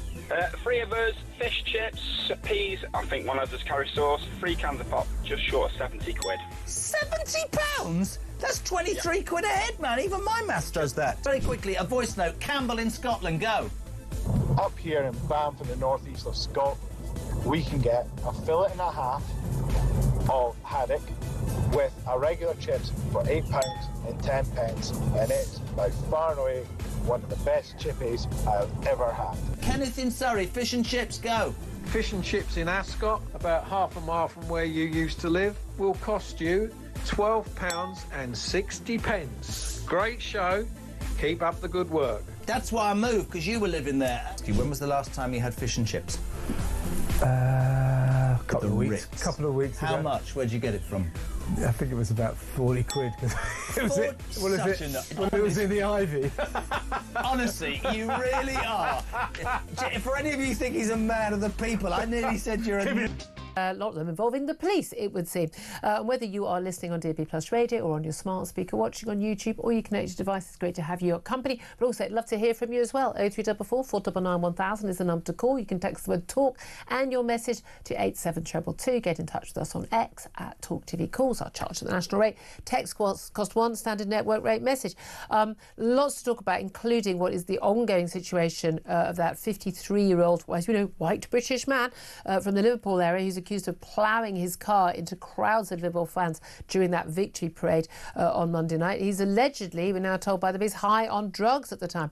He's not yet been named, but police just have until midday today, so less than an hour now to continue questioning. So we may well see it's possible that charges will be brought in the next few hours. But he's also believed to have followed an ambulance through a police barrier before ramming the vehicle into supporters. He has now been arrested on suspicion of attempted murder, dangerous driving offences and driving while unfit through drugs. 65 people now known to be injured in that event. But astonishing. I still think it's astonishing and just so extraordinary that no one has died as a result of their injuries. Now, lots going on in terms of the area of the police, with Keir Starmer's plan to release prisoners early, which could be what the Metropolitan Police, the MI5 boss and the National Crime Agency are warning is a net detriment to public safety. That is police speak for it's going to put more criminals on the street and they're going to commit more crime. They say it could undermine confidence in policing and criminal justice. We've also got the bosses of 6 major police forces, including the Met, Merseyside Police and Manchester Police, basically saying the cuts that we're now looking at possibly in the Home Office, we are looking at cuts to policing. It's going to undermine the ability of the government to achieve things like halving night crime, tackling violence against women and girls and the like. Plus, we've got the Mayor of London, Sadiq Khan, who's also the Police Commissioner for London. He's called for cannabis possession to be decriminalised. This is over concerns that drug laws are damaging the relationship between police and ethnic minorities, because basically more young men, black men, are being searched by the police because they smell as if they're smoking cannabis, and that's creating bad relations between the police and, we're told, ethnic minority communities. Is that a good reason for decriminalising cannabis? I'd love to hear from you on that. 0344 499 1000 is the number to come. Sadiq Khan, also in the news, by the way, is set to raise London's congestion charge by a whopping fifth, 20% up, to £18 a day from next January. Oh yeah, and also people who've got the electric cars, yeah, they're not going to be getting a discount anymore. Ha ha ha. Told you this would happen, didn't I? I told you this would happen. They couldn't afford for it to carry on like that. But ain't you? If you've got an electric vehicle, you're richer than everyone else, so I'm not bothered. But 18 quid to drive into your own city. And of course we're seeing congestion charge across so many different towns and cities now. It's just been completely normalised. It's just a cash cow. Makes sod all difference to anything other than the fact that they make a load of money from it and all the shops go under because no one can drive in and buy stuff. Brilliant system. Well done, everybody. Claire Pearson, as I say, is here. You were at the Home Office. Let's talk about some of those police stories because, I mean, let's just start with police chiefs warning about, you know, not enough funding for police, but also this early release of prisoners, and National Crime Agency, MI5 and everyone else saying we've got like a load of people who are back on the streets way before they should be. Thousands being released. Happened last autumn, it's happening now, it's going to continue to happen because we haven't got enough prison spaces, and that this creates problems for them. As Brendan O'Neill just pointed out a little earlier, I mean, you know, it's not rocket science. Duh. No, it really isn't. I think anybody would suggest that if you're a criminal in prison, you have committed crimes, probably more than one, probably on a numerous scale, and you're going to be let out on the streets, but obviously you're going to live a really good, nice, clean, quiet life. See the error of your ways. Absolutely. You're going to sit there and repent. They're not. They're going to come out and they are going to commit further crimes. It's quite obvious. I don't know why the government can't see this. Do they just want to let everybody out and hope for the best? This is the bit I don't get, because the whole thing is like they had like all the early release. We have to release people early, because if we don't, then the criminal justice system comes to a halt because police can't arrest anybody. Because there's no space. But you think, well, I mean, you can arrest people and let them go because that's mostly what you do anyway. Most people are held on remand, and there's under 10,000 are being held on remand, I think. And so I don't know why. Okay, it takes a long time to go to, you know, for people to actually get sentenced or things. But it's not, that doesn't mean. But what is the point of releasing people? I mean, given that they're already in prison. For instance, the young chap who, very excitingly, in a week or so, is going to be in court for the charges for stealing my handbag. Hello. When they went to arrest him, he wasn't at home, and then they found out, because of course joined up thinking that he was actually in prison. And when they actually, for another charge, and when they went to arrest him at the gates when he was going to get early release, they decided not to have that early release because they decided he'd already been charged with another crime while he was in prison from before he was in prison. I mean, I'm sure that this will be the one occasion when he changes his mind. These people just go in and out of prison, and they come out and they commit another crime, they go back in. I mean, I'm thinking one of the solutions is not letting them out early, keeping them in longer, and then there'll be fewer crimes. Well, that would be my take on it as well. I think that's what most people in the public think. If they're criminals, they need to be locked up. It's meant to be a punishment. But you also need to be able to have some kind of probation service to monitor people when they do go back out on the streets. And if we're not going to rehabilitate them in any way in prison, what do we expect? If they don't know any different, they're going to go back to old behaviours. But also, most people, unless you've written, you say, a hurty tweet, most people who go to prison actually are going to prison either for very, serious violent offences or for repeat offences. I mean, just, they've been caught. I mean, shoplifters, the average shoplifter who goes to prison for even a very short period will have committed between 10 and 20 the things they haven't committed. They have been prosecuted and found guilty for 10 or 20 crimes. Imagine how many others they haven't been prosecuted for. So they're already repeat offenders. It's not that people go, and then they went to prison and then they became a repeat offender. No, they were already a repeat offender by the time they got to prison by 5 years. But what are we going to do with those people? Eventually their sentences will run out and they'll go back out onto the streets. And if they have nothing to go out to, no kind of work or no learning that they've done that they could actually be of use to the community, what are we going to do? No one wants to employ them. No, nobody does. Well, and a lot of reason why people don't want to employ people, particularly shoplifters and the like, is because they're on drugs. Let's talk about drugs, because apparently the solution to everything is decriminalising drugs. Sadiq Khan, the London mayor, he's got, again, I love this. It's an independent report from an independent commissioner on this issue, which he's basically commissioned his mate, the former Justice Secretary for Labour, Lord Faulkner, big friend of the show, that he's done a report into whether or not we should decriminalise cannabis. If you do a commission report into whether or not you should decriminalise cannabis, I can tell you the solution is always going to be to decriminalise cannabis, otherwise you wouldn't have done the report. I mean, come on. But the solution is, so only possession though, not growing it or selling it or dealing it. No. So that part is still legal. But if you've bought some for your own personal use and you're smoking it or you're walking around with it, you're not going to be prosecuted. And the argument here is that, in particular, a lot of the police are having to waste resources on this. Are they? I don't think they spend much time dealing with this. I mean, certainly, not at your carnival they don't. Judging by the free-for-all on London streets, and I imagine pretty much everywhere else, I don't think this is a big issue for the police. They've pretty much walked away from it. However, the argument is that from this report that the police are able to stop and search people on suspicion of a crime, and they're on far more too many occasions and far more often than with white people. They are stopping young black people, saying you smell as if you're smoking drugs, we want to search you. But black people are just as unlikely to be carrying drugs as white people, so it's unfair, and this is hurting community relations, particularly between the police and ethnic minority communities. What say you, Claire? What about the communities that are affected by people's drug use? They don't seem to count in all of this. Sadiq Khan is concerned about ethnic minority communities, but what about everybody else that is affected? And they could be black, white, Chinese, Asian, whatever they are going to be affected because they live in those areas where there is a high crime rate. Ask the mums of the young black men who are getting searched whether they want drugs to be decriminalised, because at the end of the day, that is only going to encourage the gangs. The only answer then is to completely legalise, regulate and then tax drugs. I mean, I think there are arguments for that, other than the fact that you're not going to legalise them for 12-year-olds and 15-year-olds, are you? I mean, God, they don't even think they can buy a pint or use a vape, for goodness sake. So they're not going to legalise cannabis for those people. At that point, you've got a market for the drug dealers for getting those kids into those drugs. But also, would they not just go for the more high-priced drugs, because they're just going to go for the for the other drugs or the coke or whatever else? Well, and that's always my concern, is that you start to decriminalise cannabis and say that it's all right, then what's the next one that comes along? You've got all these sort of different legal highs, you've got cocaine. Where do you draw the line as to what's going to be decriminalised next? What was the view of people within the Home Office? I remember the big battles, and there was it Professor David Nutt, and he was the chief sort of drugs advisor for the government way back when. Yeah. And he resigned. Basically, he said, "Look, horse riding's more dangerous." I think he said than. And you're a big horse rider. It's darn dangerous, horse riding. Well, I'm not a fan.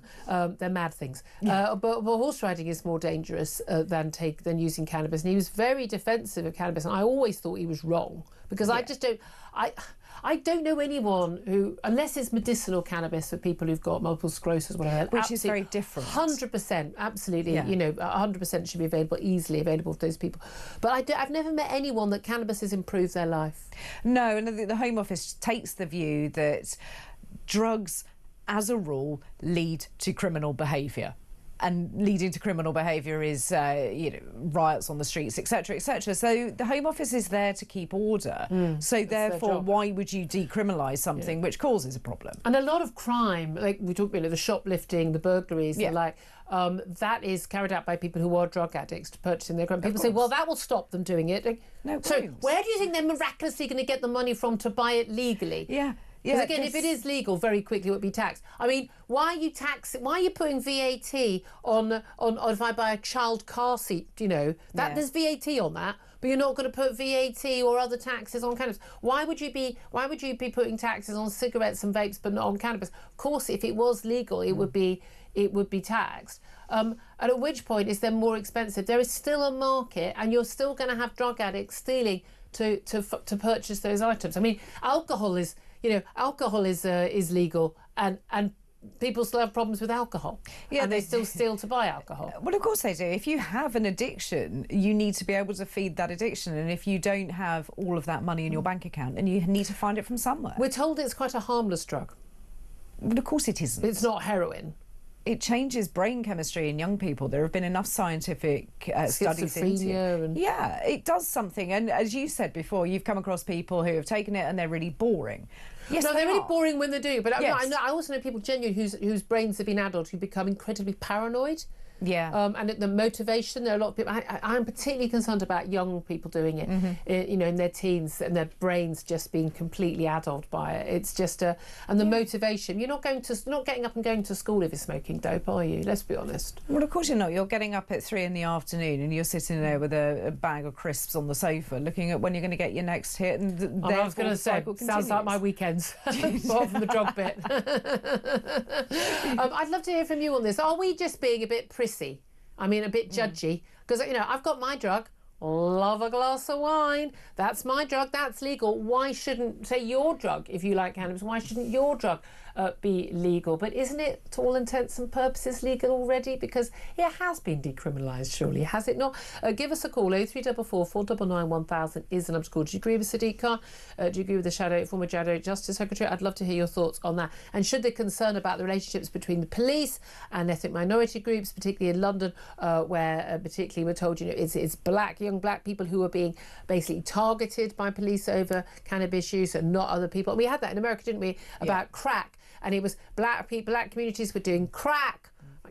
Young black people were doing crack, and young white people were doing cocaine, but the penalties for crack were like 20 times higher than for cocaine, because the middle classes don't want their children going to jail.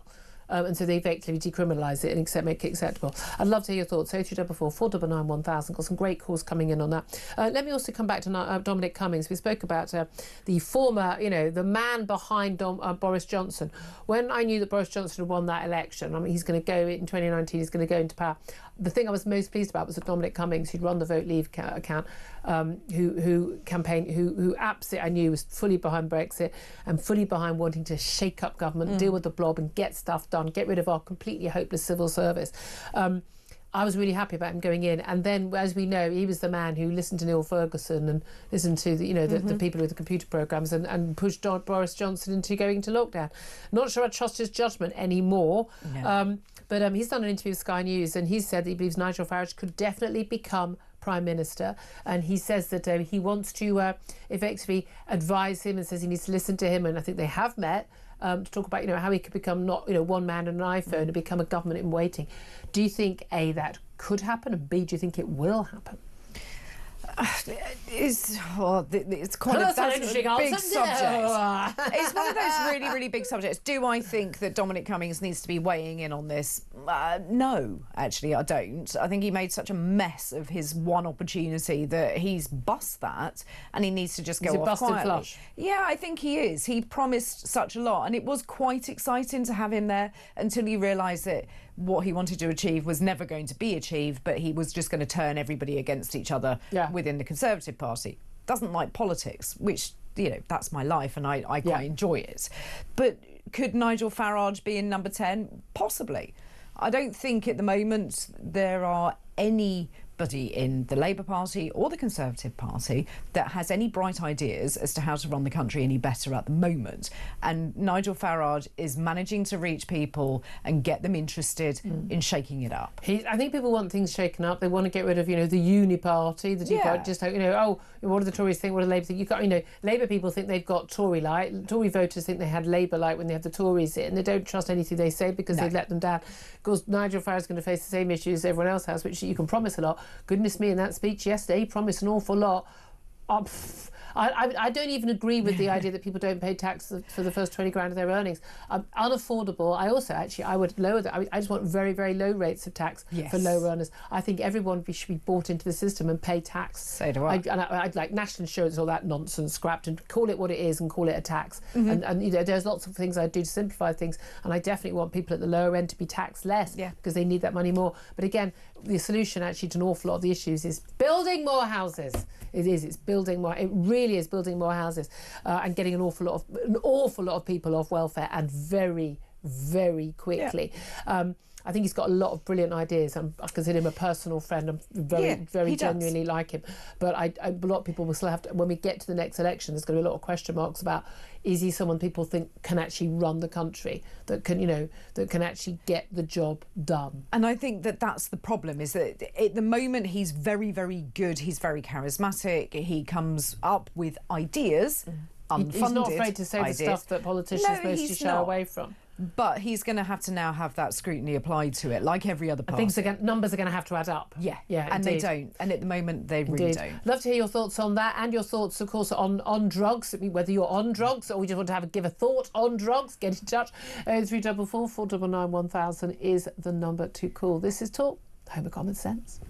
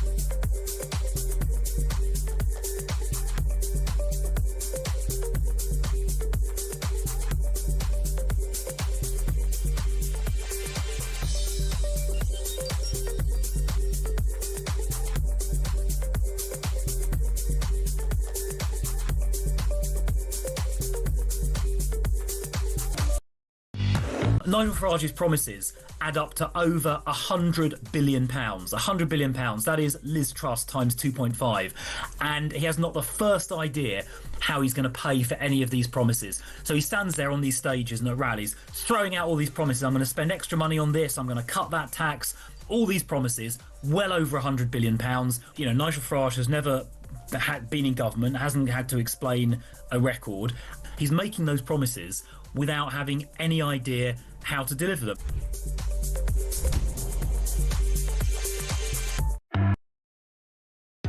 Across the UK, on DAB+, on your smart speaker, on your smart TV, and on your side.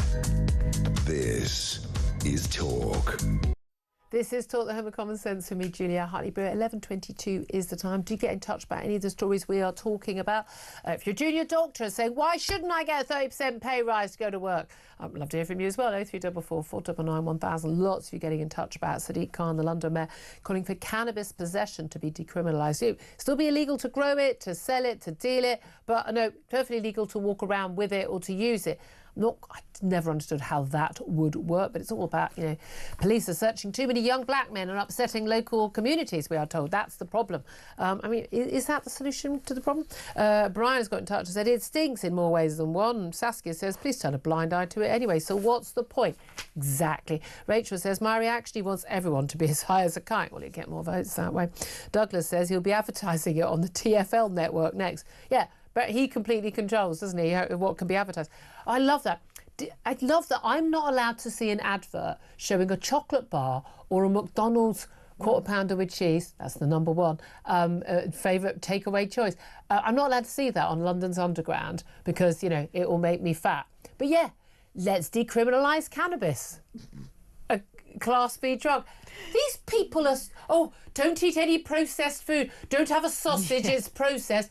Would you like some cannabis? These people are insane. They're insane. I mean, God almighty, this is what we're up against, people. This is what we're up against. But the cannabis leads to the Mars bar, so he's really going to have his nose to spite his face. Oh, my God. Let's get to your calls. 0344 499 1000. Please talk more sense than Sadiq Khan does on anything. Mike is on the line. He's in Lancashire. It says here, Mike, Mike on drugs, which worries me. What do you want to say, my darling? Good morning, Julie. Good I've not morning. spoken to you. I'm Claire as well. Good morning, Claire. Good morning. Oh, they're loving you today.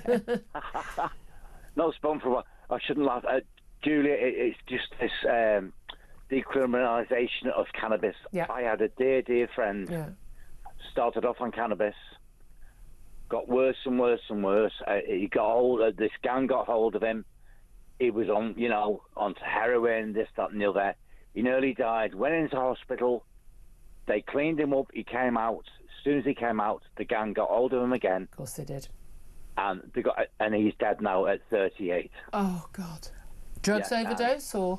It was he was just he was doing also chasing the dragon, this, that, and the other, and He was but it is trained the for gateway drug. I mean, I've always thought, again, that I mentioned earlier, I think that smoking is weirdly the gateway drug, and that's not even illegal. But, once you're smoking cigarettes, it's much easier to smoke cannabis, because, I mean, I never smoked, and the thought of, that would just be really unpleasant to me.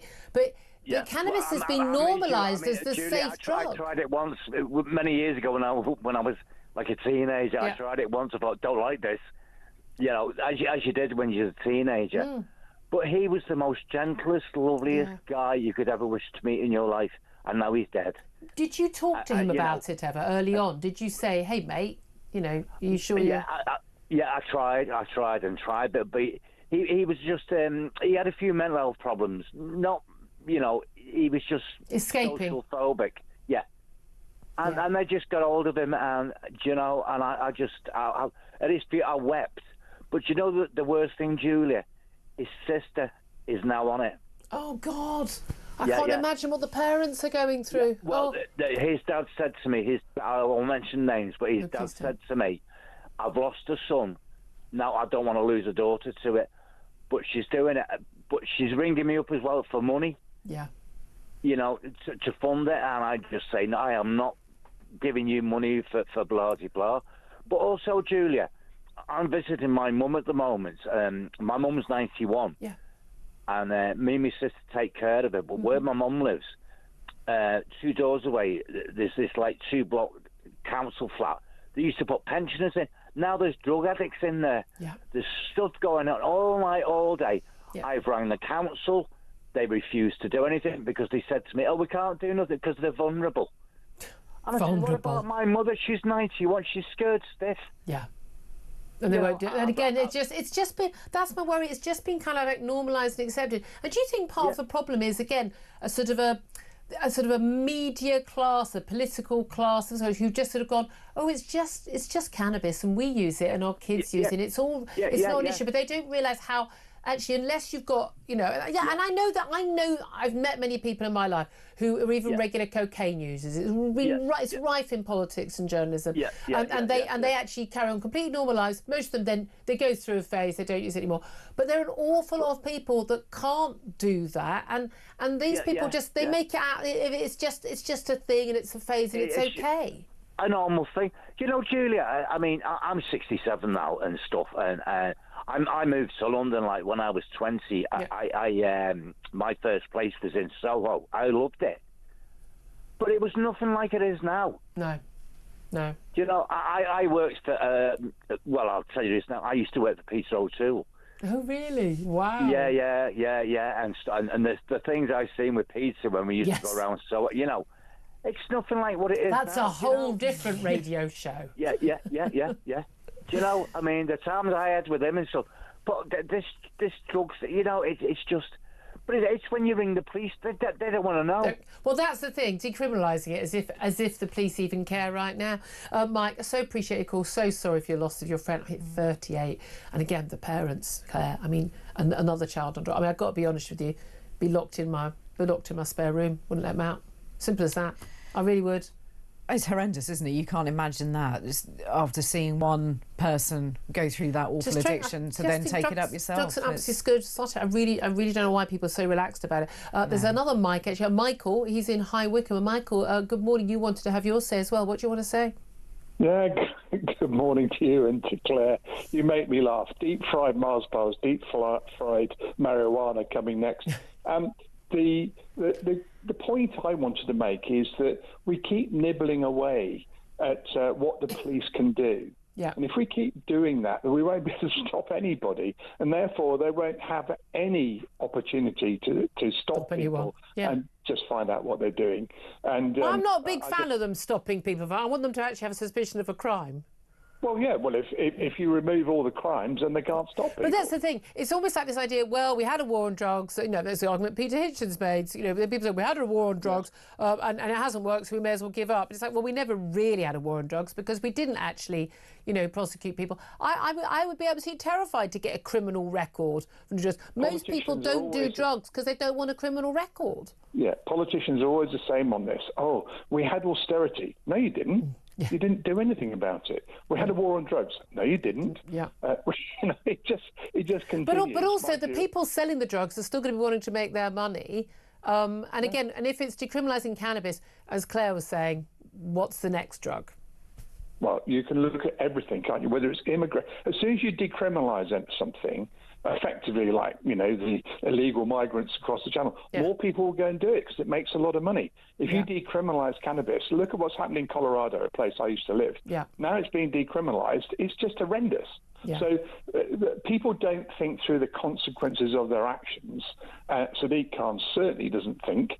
And the problem you have is that when people do that, politicians particularly, they give people a green light to go and do loads of other marginally illegal things. And they go, oh, well, let's make those legal, then we won't have a problem. Yeah. And eventually, the area that you have that you can, if you want to use the term, defend or save society, just shrinks more and more. And again, there's a reason why we've got a lot of people say, well, we've got alcohol. I don't know what the issue is. You think, yeah, but okay, we've got alcohol, and every single society has got alcohol, and alcohol is normalised as a social thing in our society, and that is very, very different, isn't it, from cannabis and drugs. I always think it's another thing, the media world, they think that everyone's on drugs, and actually vast majority of people not only have not done drugs the last year, the vast majority of people have not done drugs in their life at all, but they ignore that. They just think it's normalised because it is to them. Michael, so appreciate your call. Thank you very much indeed. 11:31 is the time. We're going to take a quick break. We're going to find out what Peter Blexley, former Metropolitan Police detective, thinks of this and all the other crime stories. Lots of calls coming. I can't wait from you. I would love to hear from you, particularly if you think we should decriminalise cannabis. I really would like to hear from you. We'll get you on air. 0344 499 1000. This is Talk.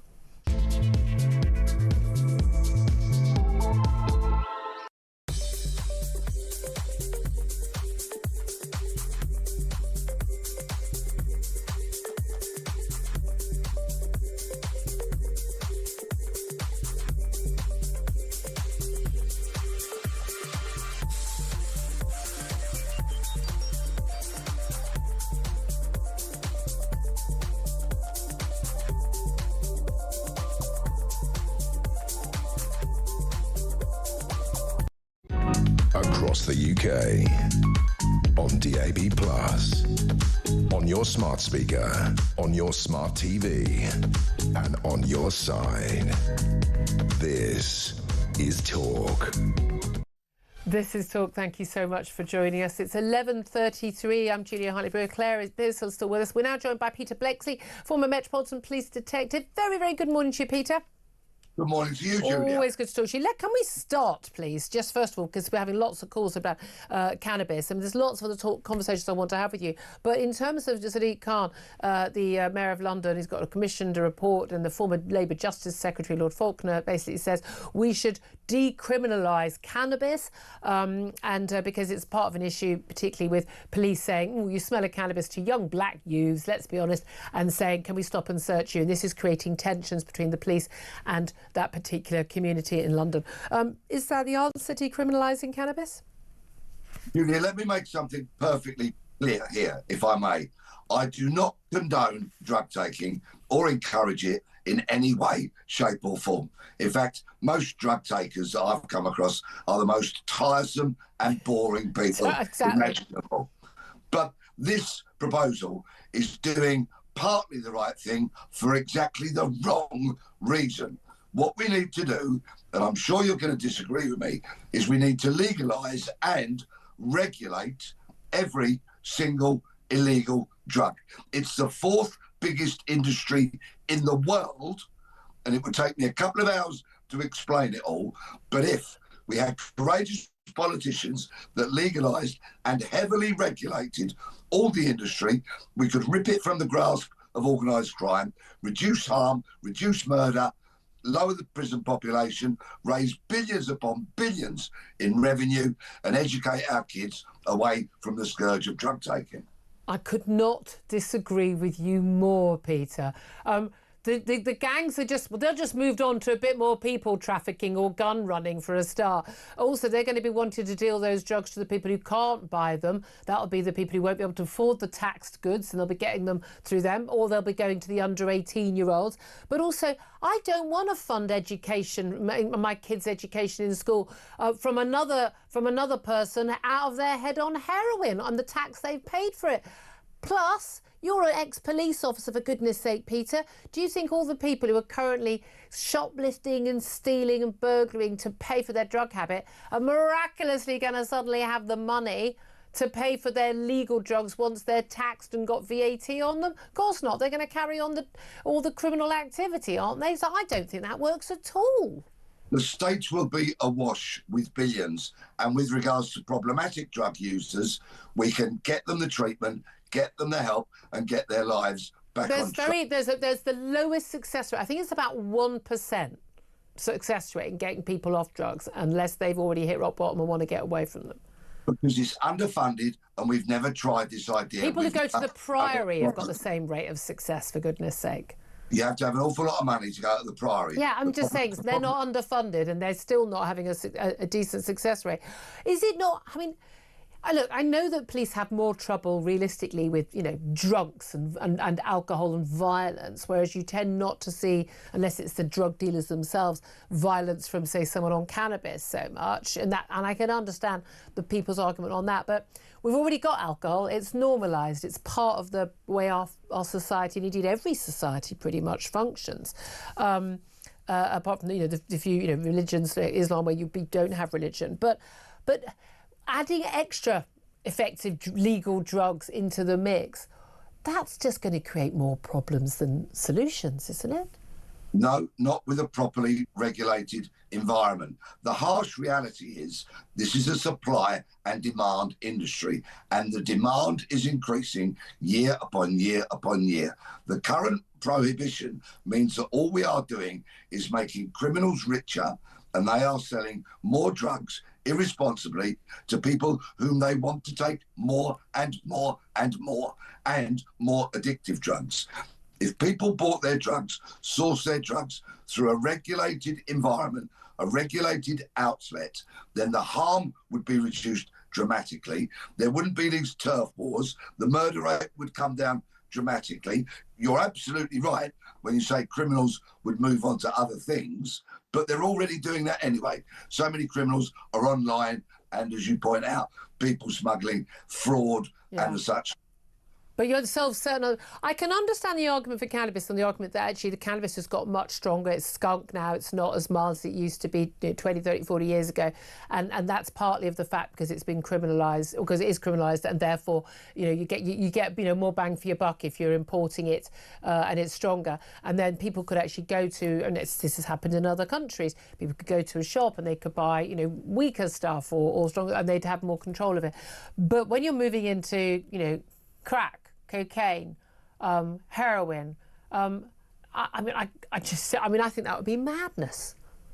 No, it really wouldn't. And so many people move on from cocaine to crack, for example, because to change somebody's mental state is the most natural thing in the world. It's why people take sugar in their tea or coffee, read a book, go to a comedy store, watch a film.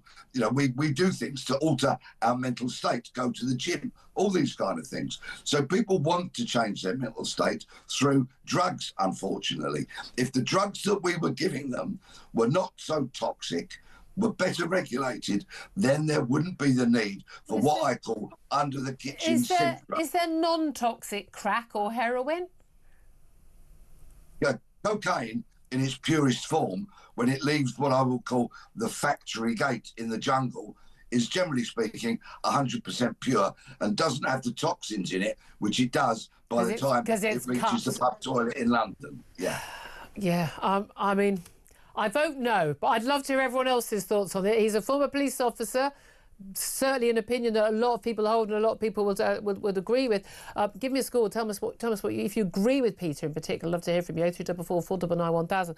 Let's move on and talk about other issues with crime because I had two interesting stories today. 6 different police chiefs, including the Met Police Chief and Manchester, Great Manchester, Merseyside, and all the big metropolitan chiefs. They basically warned the Prime Minister that his crime pledges are in peril because they're just not getting enough funding. Big concerns in the next spending review, in the autumn budget. We're going to be seeing Home Office budgets cut. We saw that under austerity with David Cameron and George Osborne. And they said you're not going to get 13,000 more police officers. You're not going to halve knife crime. You're not going to tackle women, violence against women and girls if you are basically not providing the funding.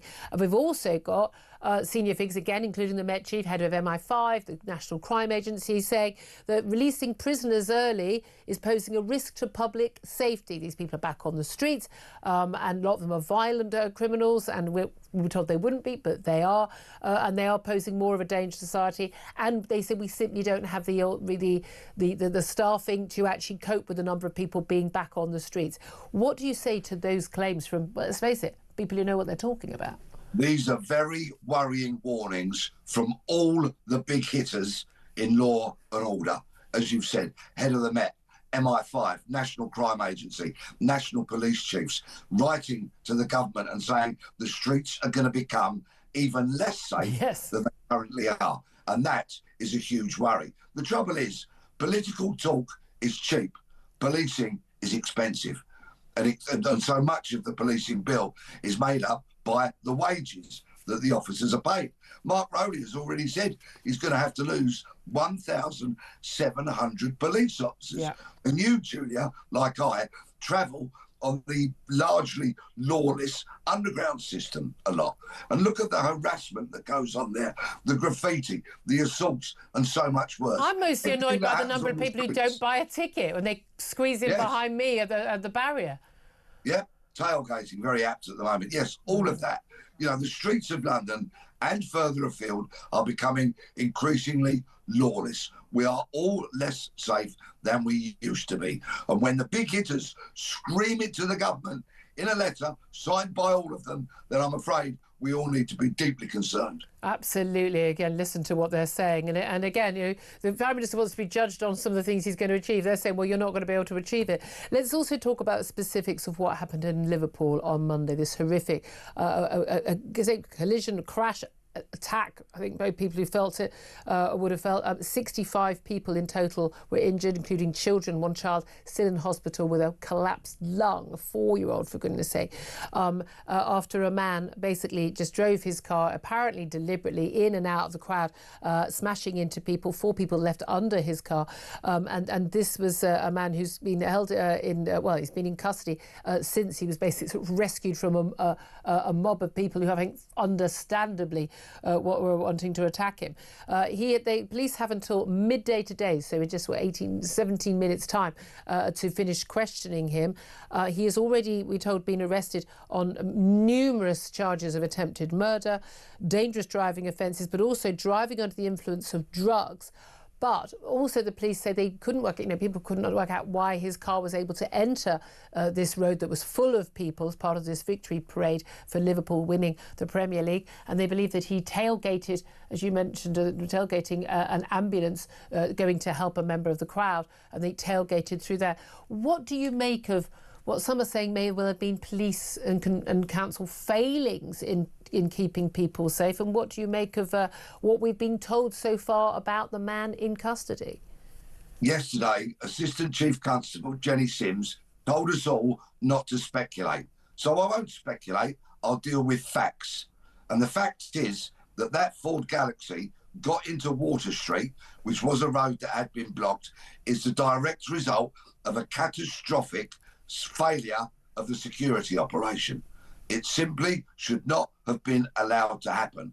And when Sims says we had no intelligence that such an attack was going to take place, well, that really is a nonsensical thing to say, because with any major security operation, you tell everybody, expect the unexpected. Yep. Be on your guard, and it would appear that somebody has very much dropped their guard in this regard. Is there an argument where, and again, I've kind of been of that view for many years in terms of, terror attacks, and this wasn't a terror, but that was what a lot of people, and let's face it, including the police, would have suspected at the current time, having seen those videos, the car, appearing to drive quite deliberately into groups of people in the crowd.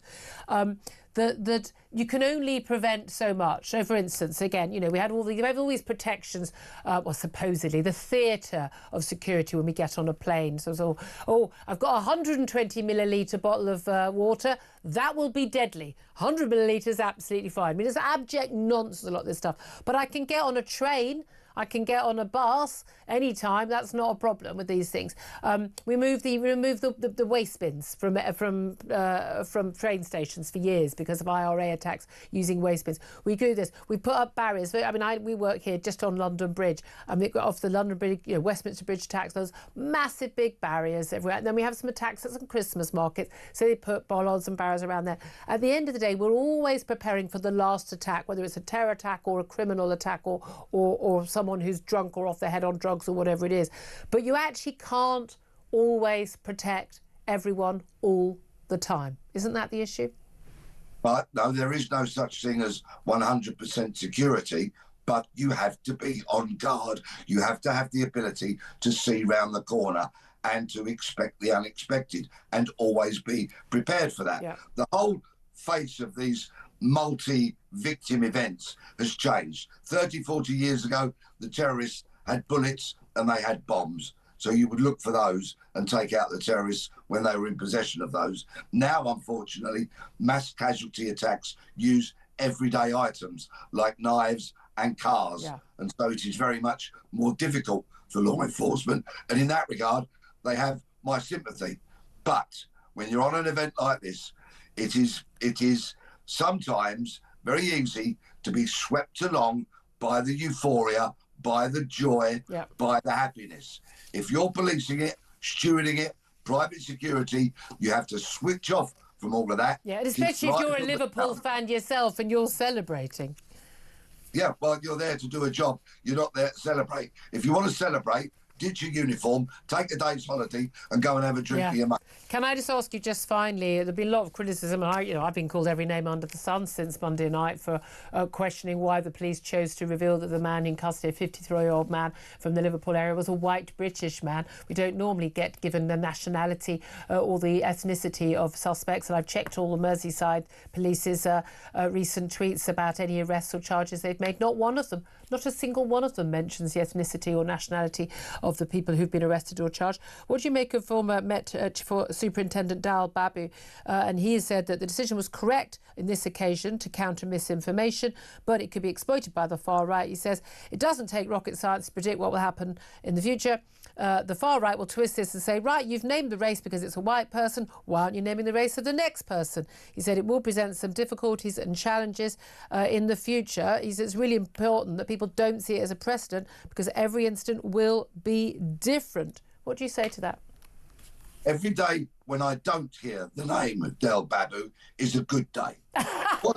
What essentially happened is that His Majesty's Inspectorate of Constabulary did a report into Southport and all aspects of it, and they handed down a directive that communication has to be better. Yeah. So in that regard, Merseyside were doing what they were told to do by the Inspectorate. Yeah. You're absolutely right to point out that a benchmark has been set now, as I see it. So should or when, unfortunately, there is another mass casualty attack, it will be very interesting to see if a police service says, if this were to be, that the person arrested was brown, came from whatever country, etc., etc. Yeah, and they've just set themselves up, haven't they? But there we are, Peter Blexby. It's been a very interesting interview. So good to see you. Thank you very much for joining us, former Met Police Detective. Very quick word from Claire Pearsall. Can we just go back to the issues for the police in Liverpool? Yeah. I think Peter's right when you have to expect the unexpected with these things. Having been in Westminster with the Westminster Bridge attack, You don't know the same as I did, the man who died, the police officer, died. Keith Palmer.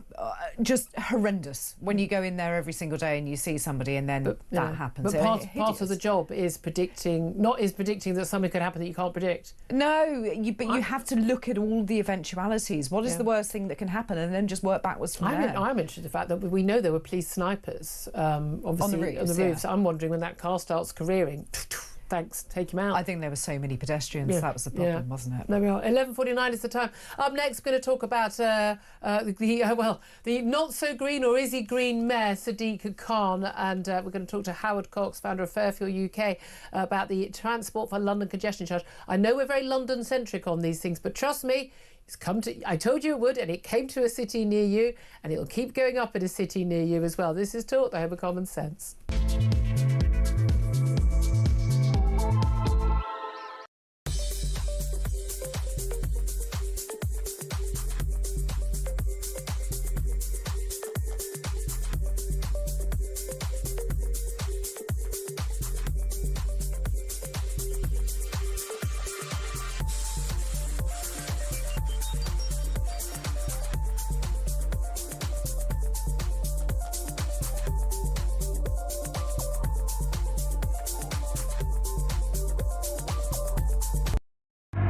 We have things like the Diamond Diversity Report, which I used to look at when I wasn't allowed to speak or wasn't allowed to be on the BBC, which will show you that minorities are overrepresented, at least on TV, by about 2.5 times. So we have the stats to show if you are a white man, you actually are being prejudiced against. I was told by somebody very high up at one of the main channels, very, very high up, that is, unfortunately we can't have someone who looks like Louis Theroux. And they said, look, we'll take the ideas, but we need somebody who is a minority to be on the screen. Across the UK, on DAB+, on your smart speaker, on your smart TV, and on your side. This is Talk. Good morning once again. This is Talk, Home of Common Sense with me, Julia Hartley-Brewer. Let's talk right now about, well, green mayors. Yeah, Sadiq Khan in the news an awful lot. We're talking about him and cannabis and wanting to decriminalise it.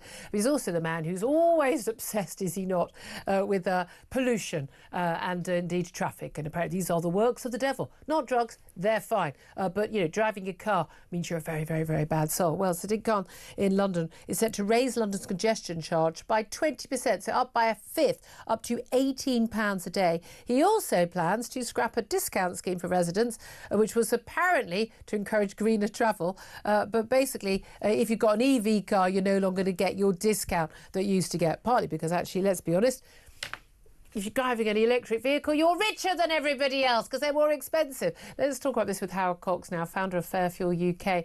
Big fan of Sadiq Khan, long time, aren't you, Howard Cox? Hello, Jill. Long time no see. I know, indeed. I know you've always loved pretty much everything that Sadiq Khan has done. I mean, you ran against him for London Mayor, basically over, you know, the congestion charge or the ULEZ zone, sorry, expanding it out. I mean, I don't even think about driving my car to the supermarket or back or out of London. I've got a diesel, so I'm basically the devil incarnate. It wouldn't occur to me now to drive my own car into my own city, like any bit further south than where I live, because of the costs. You wouldn't be able to park anywhere. You can't drive more than 20 miles per hour. You know, you're sitting in solid traffic anyway, and you're going to pay a massive big charge. But I mean, we are talking about squeezing Londoners and visitors to London until the pips squeak, aren't we? Yeah, and small businesses, of course. You know, that's one of the most important things. I mean, I've got to make an apology to your viewers and listeners that I didn't win the election. I'm sorry, because then we wouldn't be talking about this, would we? This is true. But he's basing this on an ideological belief that cars are destroying the planet. Yes. But that's just apart from the one that he drives around in all day. Well, yeah, but it's just a cover for an easy cash grab to fill a massive black hole. TfL now have got nearly £500 million of debt. So guess what? What they've got to do, and that doesn't include the whole total London mayoral budget, which I think is something like about 15-16 billion. Yeah. I mean, we talk about 22 billion black hole, or so Keir Starmer keeps talking about, as is Rachel Thies. But when it comes to actually someone like, you know, the number that's just for London, it's a monstrosity of a number. And yet, guess what? The only ones that pay easy cash cows, guess what, is the motorist. Yeah, I mean, yeah, exactly. I mean, I have to say, I misread a little bit of this because it's a complicated thing, because we've got the ultra low emission zone, which is like basically the whole of London, and we've got the congestion zone, which is a smaller zone. But the plan's going here, what he wants to do, basically, if you're a resident within this smaller zone, you get a 90% discount on the basis that, well, you own your car, you've got your residence parking, you've got to be able to drive your car around. But he's saying you're only going to be able to receive that congestion charge discount if you use an electric vehicle, and they can currently enter free, but they're going to get a much smaller discount. But again, so he's giving a discount to people who almost by definition, I mean, if you're living in the centre of London, you're well off. And if you're driving an electric vehicle, they cost a damn sight more than the equivalent vehicles, diesel and petrol. You're also better off. So he's giving a discount on a tax to the better off people. I mean, talk about man of the people, eh? Yeah, well, what's amazing, the actual charge is called a congestion charge. Yes. What he's actually saying is electric vehicles don't cause congestion. Excuse me? They're magical. They're magical. They're not on the roads, even when they're parked, not on the roads at all. But also, by definition, surely if you live in the centre of London, I mean, this is a city with amazing transport links, you wouldn't need a car at all. It's the people who live outside London who need to drive in for it. And as you say, crucially, absolutely crucially, small businesses, and particularly those people who need to, have tools for their work, whether, the cleaning vans, the plumbers, the electricians, the builders, they're having to pay these charges, and it's a massive hit on them. You're absolutely right. I mean, adding 20%, and bear in mind inflation's 3.5% or something like that, and we're looking at 20% increase, 5 times the rate, 6 times the rate of inflation that he's doing it willy-nilly. Now, guess what, though? He is having a public consultation on the fact that, because they're going to continue to do... Yeah, do you remember those things that he ignores? I remember how it all went so well last time, because basically people who disagreed with him, they just discounted those. They literally said, oh, well, we're just going to discount those. But I'm thinking, again, you were very much involved in this. One of the arguments about, congestion zone, ULEZ zone, all the extra charges, it's all about encouraging us to cycle. More people are not cycling. They're just taken over about a third of the roads in London. But what a surprise, people don't want to cycle in the pouring rain or in the heat or when they've got to get kids to school first, etc., or they've got tools to carry. But also, he said it was going to cut pollution. And again, all of his claims on this front have been completely and utterly debunked, haven't they? Absolutely right. And if you remember rightly, I went down to the underground with my little portable WHO detector detecting particulate matter. It's 4,000% more pollution down there at roadside level. And I compared that from when it started, the ULEZ zone, to about 3 or 4 months ago. And there's virtually no difference. And yet the only difference is he's got more money coming in. Yeah. That's as simple as that. But also, like most cities, you actually haven't got any more space on public transport, whether it's trains or buses, to get more people on. They're already squashed in like sardines on a normal day. Well, that's true about trains and underground, but I don't think it's true about buses. The number of times I see buses... Well, I know, and likewise, you've got the problem of parking charges on different sides of your road, haven't you? I was listening to you the other day. No, it's not my road, but nearby roads. You literally need... I would say I'm so excited by the idea of a new national parking app, and wherever you go, you can just use the same app. Yeah, well, that's right, and that's good news. I actually recommended that about 3 or 4 years ago. We should have just one scheme. But going back to this whole thing about this is purely a cash grab, and I want your viewers and listeners to understand this is nothing to do about improving business for London, because London has been destroyed by Sadiq Khan. It's not being improved by Sadiq Khan with these policies. But also... Every single one of these policies that's brought in London, and I've predicted this about 10 years ago, they all end up in Manchester and Liverpool and Glasgow and Edinburgh and Bristol. They end up at, Bristol and Oxford, even worse. So good to talk to you. Come on again soon. Howard Cox, founder of Fairfield UK. Claire Pissell, look, you're a bit of a country bumpkin, aren't you? She lives out there's fields and everything. But when you come into London, would it ever occur to you to drive? Do have to drive if we do very early mornings because there isn't any public transport and it costs me. Again, a lot of people do those shifts. I mean, lots of emergency workers and exactly. So you don't have a choice. So you then have the congestion charge to pay, and also he is now charging me to use the Silvertown or the Blackwall Tunnel. On the Parliament, exit. you work in Parliament. Doesn't Parliament have parking? Have you got a parking space in Parliament? I don't. I'm not important enough for a parking space. Just checking. Sadly, I'd like one. I know, just if it'd be anyone's nice listening. to have one. No, but this is a massive issue. And again, I don't want to get London centric. Whether it's about cannabis, whether it's about crime, whether it's about policing, and or whether it's about things like congestion charges and all of this, it starts in America. Comes to London and then it goes to every other city. And we've seen this. I mean, I know in Oxford they've been having an absolute, literally want to put in a system. You're going to be photographed and you're not allowed to drive into this zone more than 20 times a year. This is seriously terrifying, nihilistic stuff. Dystopian future. Yeah. It really is, but that's where we're going. And again, does that money get spent on anything good, or do they just paint a load of crossings in rainbow colours, and Sadiq Khan does some more adverts with his own face on and hires a few more press officers rather than more police officers, is what we actually want. You know how I feel about this. Hi Sadiq, if you're watching. Anyway, this is Talk. We are the home of common sense. Darren Grimes up next. This is Talk.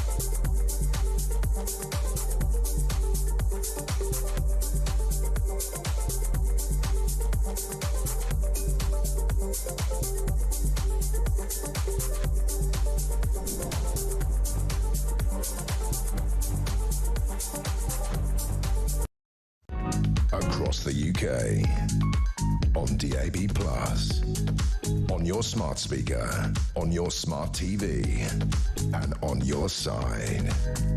This is Talk.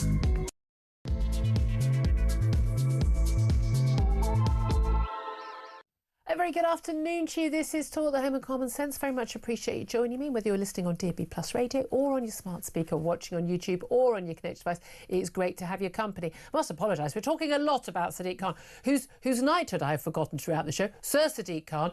He's kind of annoying us on many different fronts. I'd love to get this also by guest coming up in just a couple of moments. Councillor, I love saying that, Reform Councillor Darren Grimes in just a couple of moments. But coming up in this hour, just to let you know, by the way, the deadline has now passed for the police in Liverpool to finish questioning the suspect, the 53-year-old, as we know, white British man being held on suspicion of the dangerous driving and attempted murder and drug-related charges, which left 65 people injured, some seriously and still in hospital in Liverpool at that victory parade for Liverpool for the Premier League title. That time has passed. We'll let you know if we do hear about any news regarding that case, whether charges are brought or not. We'll let you know as soon as possible here at Talk. As soon as we hear it, you will hear it too. First up, though, I do want to talk about the former advisor to Boris Johnson, Dominic Cummings. He said that Reform UK leader Nigel Farage could, his words, definitely become Prime Minister at the next election if he listens to him. Dominic Cummings revealed how he advised the Reform UK leader on how to go from one man and his iPhone to entering Downing Street. So what sort of advice should there be for that? We're also going to be talking more about Sadiq Khan, the Mayor of London. It's also the Police Commissioner of London calling for cannabis possession to be decriminalised. Concerns that drug laws are damaging the relations between police and ethnic minorities, with police officers using the excuse that someone smells of drugs, of cannabis, to stop and search more young black people. And that's damaging relations, we're told. Plus, yobs who terrorise towns with off-road bikes, e-scooters and cars will have them crushed within 48 hours under new police powers. Currently, they have 2 weeks before they're able to do that. We'll talk about whether that is the answer to the problems. And Meghan, the Duchess of Sussex. I mean, you never hear from her, do you? But she apparently has hinted she might never restock her jam in an interview with a US business magazine. What? It said that she was planning to step back to assess her as ever brand. That's code for it's really not been a very big success. We're going to be talking about that. We're mostly going to be mocking her, but that's what we do. That's all coming up. Do give us a call on all the topics, 0344 499 1000. In particular, I really want to hear from you if you agree with Sadiq Khan and indeed Peter Bleksley. He's saying, going further, our former Met detective, than Sadiq Khan on decriminalising cannabis. But he wants to decriminalise and legalise and regulate all drugs, all the way up to heroin. I'd love to hear your thoughts on any of that. Give us a call, 0344 499 1000. Text the word talk in your message to 87222. Get in touch with us on X at Talk TV. Calls are charged at the national rate. Text cost £1. Standard network rate message. Just before we go to our next guest, though, I must bring in Claire Pearsall. She's a former Conservative Government advisor. She is, as always, locked into the studio with me, so she can't leave until 1 o'clock. Let's come back to Dominic Cummings in terms of his advice to Reform UK. Look, you're a Conservative. You worked in the Home Office. You would have known, the impact that Dominic Cummings had. Not just, Brexiteer, leading the Vote Leave campaign as well. And did a very good job there.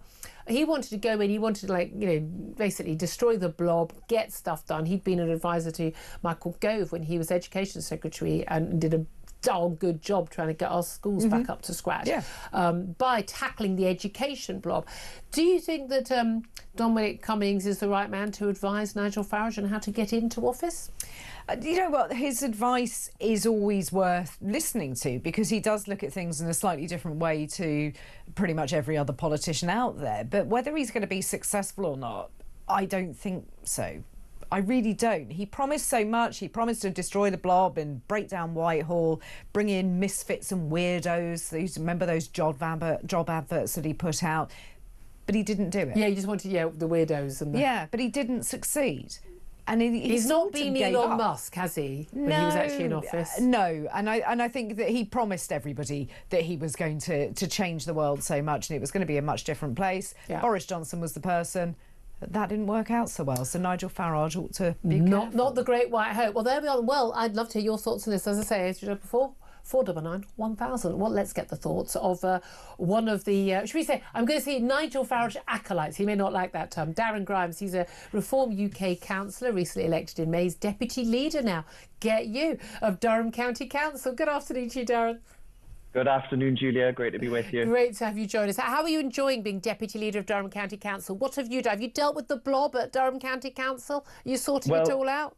You know, Julia, we've been really, really busy sorting out what we're going to do to actually audit the expenditure here at Durham County Council. But the only thing the media have wanted to talk to us about is the fact that we had the temerity to take down the identity-obsessed flags of Pride and other foreign flags from the County Hall building itself. I wish I could talk about other topics, Julia, but that seems to be where the fixation is. Now I want to talk about that. No, but can I just say, were they flown routinely, those flags? Because the thing is, we often say, well, it's Pride Month. With all due respect, it does appear to be Pride Month every month these days. Exactly, and that's exactly what we experienced here. You know, the fact of the matter is it was up there because there was some armed forces event. Well, I tell you what, Julia, I don't know about you, but I actually think our armed forces are better represented by flying the national flag and our county flags over flying some flag that's become, I think, better known these days for being associated with trans ideology that's been pretty harmful when it comes to the safeguarding of children. Yeah, I couldn't agree with you more on that. Let's talk about Dominic Cummings. Is he the secret advisor, the Machiavellian advisor to Nigel Farage? He says we know, and it's been reported before, that Nigel Farage, your party leader, has met with Dominic Cummings in the past. Dominic Cummings has done an interview with Sky News, and he basically says, look, he has advised Nigel Farage on how to go from what he calls one man and his iPhone and an iPhone, and how he could enter Downing Street. We know that Dominic Cummings is a good campaigner. I mean, we know that Nigel Farage is an amazing campaigner, and the combination of Leave.eu and Vote Leave delivered that Brexit victory, which you were involved in it, which you and I feel so strongly about. Do you think that Dominic Cummings is the right person to advise Nigel Farage? I would always listen to what Dominic has to say. I think he is a great intellect and someone who's a deep thinker about so many issues. He goes sort of under the radar, a bit like a submarine, for a number of years after each time he's had some prominence or some power. And he did this after the North East Assembly, of course. He won that referendum to actually build a North East Assembly. Then he did it for No to AB. Then he did it with Brexit. So believe me, I listen when Dominic Cummings talks. But I think actually on so many issues, the party is already going in the direction he calls for. The professionalisation has been absolutely immense and intense.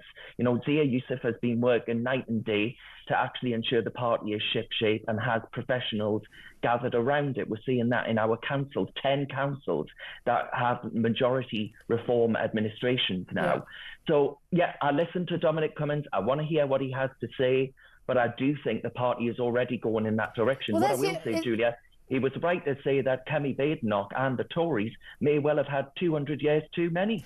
Well, it's interesting because a lot of people think, well, the Tories have always survived, so why wouldn't they always survive and carry on? But he goes, that they may have actually just passed and their moment has gone. W.H. Smith, Julia. Do you know what? I genuinely, the other day, walking down my high street, and the W.H. Smith was closed, and do you know what? I cheered. Absolutely awful, overpriced shop, terrible staff. The only useful thing was they put the post office in it, but terrible, lazy staff, messy shop, massively overpriced. Every time you went in there, someone was trying to make you buy a Terry's chocolate orange or a bar of Dairy Milk. I've only come in for a paper or a birthday card. £4.75 for a piece of card. No wonder they went under. I'm just gutted they're still allowed in airports, where they're selling you a bottle of water for £3.50. Yeah. Anyway, absolutely. This is the thing I feel most strongly about today. I mean, I don't want staff. I don't want good staff. I don't mind bad staff losing their job. I don't want good staff to lose their jobs. But if you're good, you're going to get another job. There's plenty of jobs around. But anyway. But you're right. Just because something's been around forever doesn't mean it will last forever. Now, the thing is, Nigel Farage is a great campaigner. He's a great communicator. And Labour constantly going on, he's a public school boy who wants to privatise the NHS. This isn't going to fly with voters. They're just not interested. They said that about, David Cameron went to Eton. No one cared. Boris Johnson went to Eton. No one cares. Their own most successful party leader was Tony Blair, who went to Fetters College, a posh public school in Scotland. But someone being good at campaigning is not the same as someone being good in office. And as we saw, Boris Johnson, bloody awful when he was actually Prime Minister. And is there an argument that actually Nigel Farage needs to learn the skill? He's got the skills to campaign. He's probably got the skills to win. But has he got the skill to be a good Prime Minister, to put a team together, to get stuff done rather than say things? I think actually looking at the team he's put together now, as I mentioned, the chairman, Zia Youssef, and Richard, as you know, I love Richard. I've known him for many years, of course. And a host of other people, actually. I think that the team gathered around him, Sarah's great talent, Sarah Pochen, that is.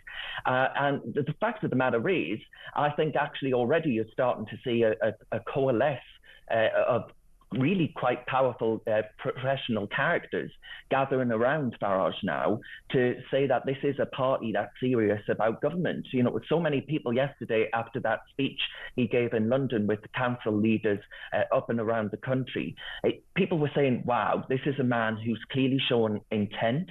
He's serious about this. He's probably been known once or twice throughout his career as a political maverick.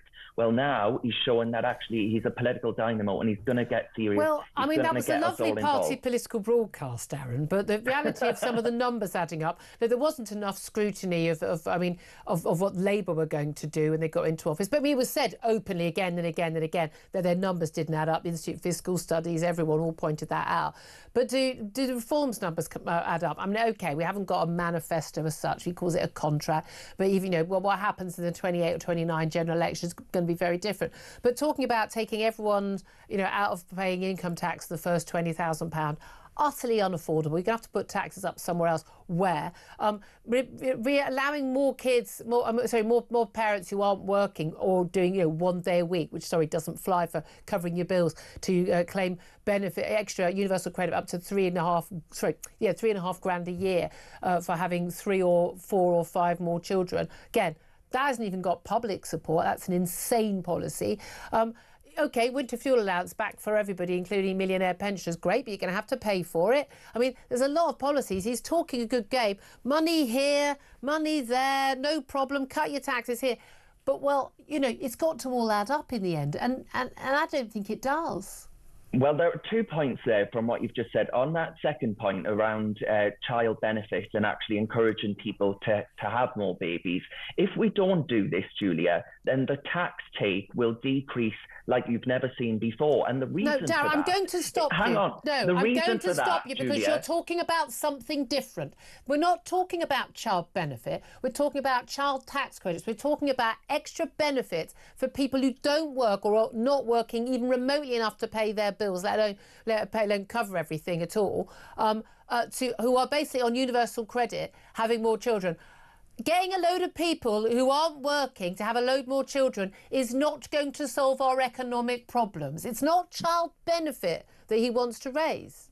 Yeah, but there are people who may not want to be on universal credit for the rest of their days, and we will actually work as an administration to ensure that people how does giving them more benefits encourage them to work?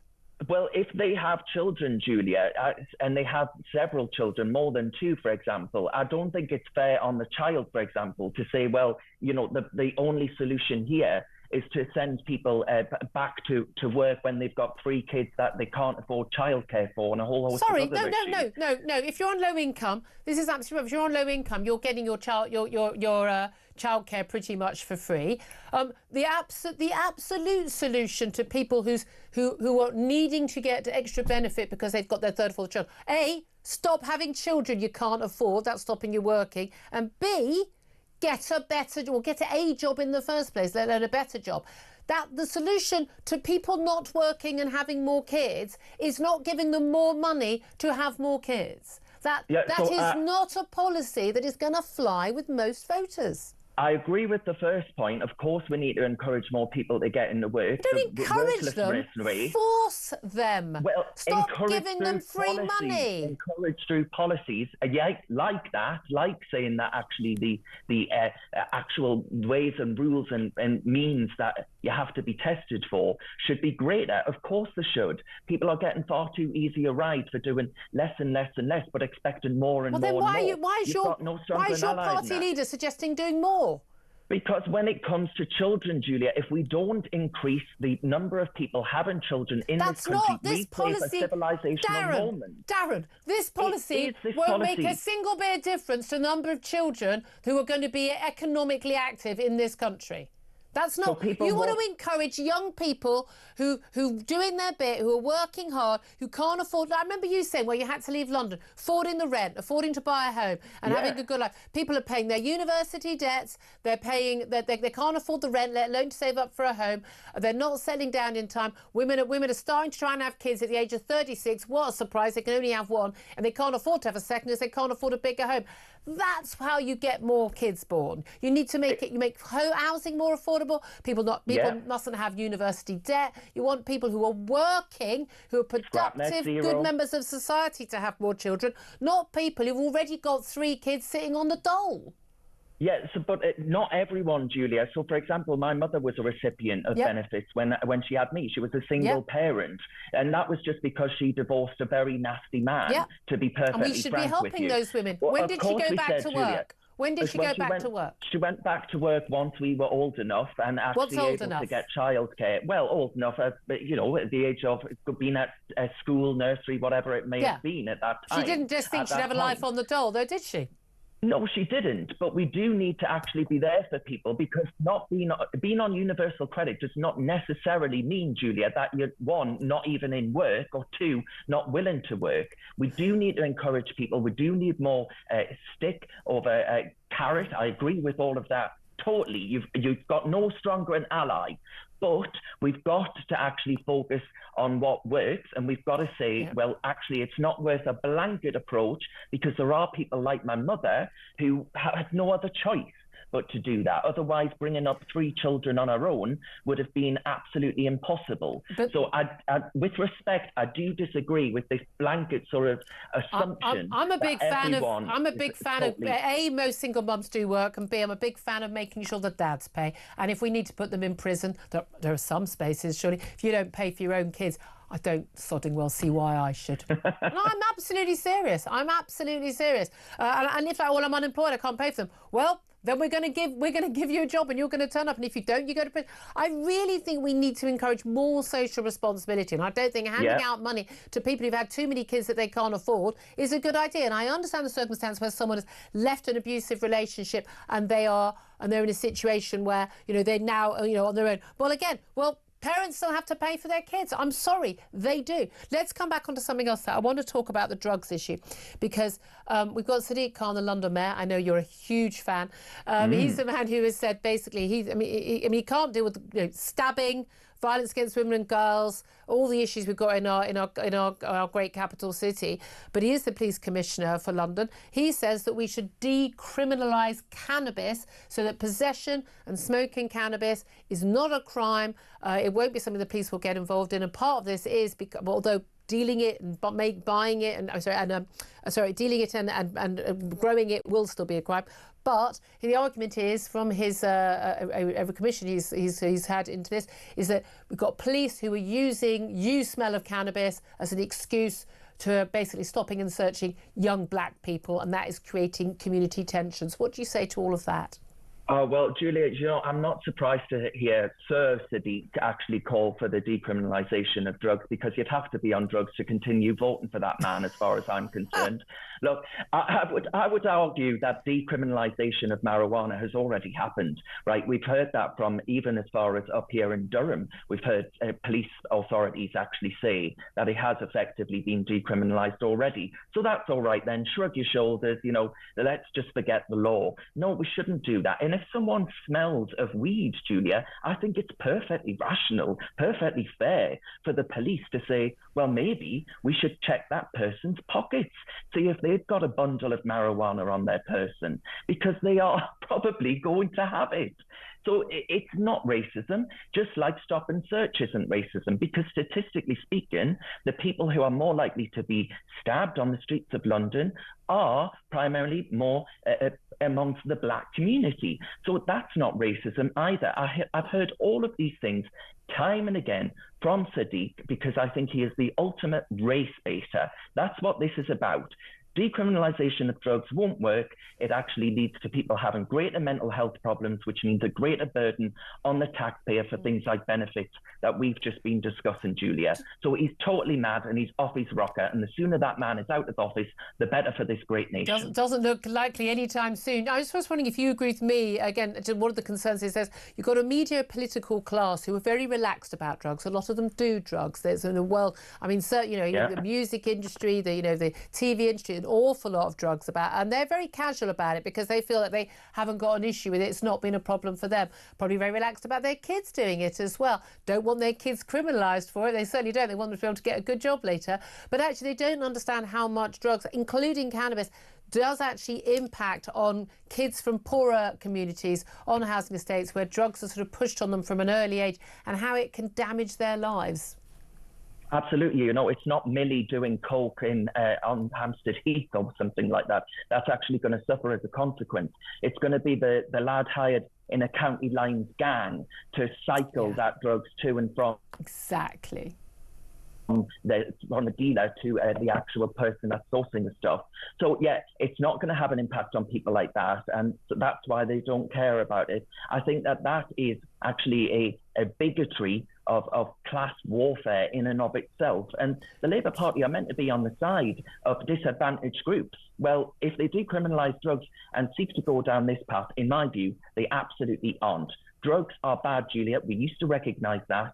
I don't know why we've gone so wrong as a nation to actually assume that allowing people to have a free for all of this stuff would be good. It actually turned my stomach to see the drug centres in Glasgow, for example, opened by the NHS, because I can see that coming to a town near you. Absolutely. Fantastic to talk to you. I still love it. Councillor Darren Grimes, Deputy Leader of Durham County Council election by Reform UK. Thank you for that. Claire Pearsall, let's just go back to what you had to say about Nigel Farage and Dominic Cummings and whether or not the numbers add up, and that Reform UK, who are great campaigners, can get that machine together, can professionalise and basically present as a government in waiting. It's very, very different. Setting out your stall at an election, campaigning, being very, very successful. All that. You love all that stuff. I do love all of that. I mean, I've been there for 21 years. I wouldn't have been anywhere else. It's very different having that to actually then going and running a country. How important is the machine? There's a lot of praise from Darren Grimes for Zia Youssef, someone who's had a lot of criticism from, say, Rupert Lowe. They've obviously, these two men have been massive egos at loggerheads. We've had Zia Youssef, for the Reform chairman, in the studio on a number of occasions. I've always been very impressed with his ability to communicate, and he's got a track record of business. He's basically, they're hiring all these people, they're setting up local campaign offices and things like that. They seem to understand that the role, the role, the party, it's more than just to say one man and his iPhone, as Dominic Cummings has said. But how important does that play a role in not just winning elections, but also getting stuff done when you're in office? Getting stuff done when you're in office is the really, really difficult bit. Why? Because you have to look at the departments that you've got, you have to have the right people heading those departments, you have to have the right MPs in the positions looking after those as ministers, but also with your backbench MPs. It's not just getting into number 10 and then everything works out. It really doesn't. And how much is it battling the civil service blob? Because it seems to me, I'm with Elon Musk and Doge and all that we're in a situation. Again, Dominic Cummings had this experience through, was in the education department with Michael Gove. That the inability of any government to get anything done because the civil service, they blocked Brexit, they blocked a lot of the reforms that would have made changes. That you literally can't get anything done in this country anymore because the first-class, world-class civil service stops you. There's that, but there's also your own party, and I think people often forget that just because you get into power doesn't mean you bring everybody with you. You have all of a bunch of personalities, new people you don't necessarily know very well. You're battling them, you're battling civil servants. And a big party has got big different wings, but even a small party will as well, as we've seen with Rupert Lowe and Nigel Farage. Exactly. Very interesting. I'd love to hear your thoughts on this. Lots of calls and very interesting calls coming up on cannabis and the decriminalisation of cannabis that's been called for by Sir Sadiq Khan, the London Mayor. I'd love to hear your thoughts. 0344 499 1000. This is Talk.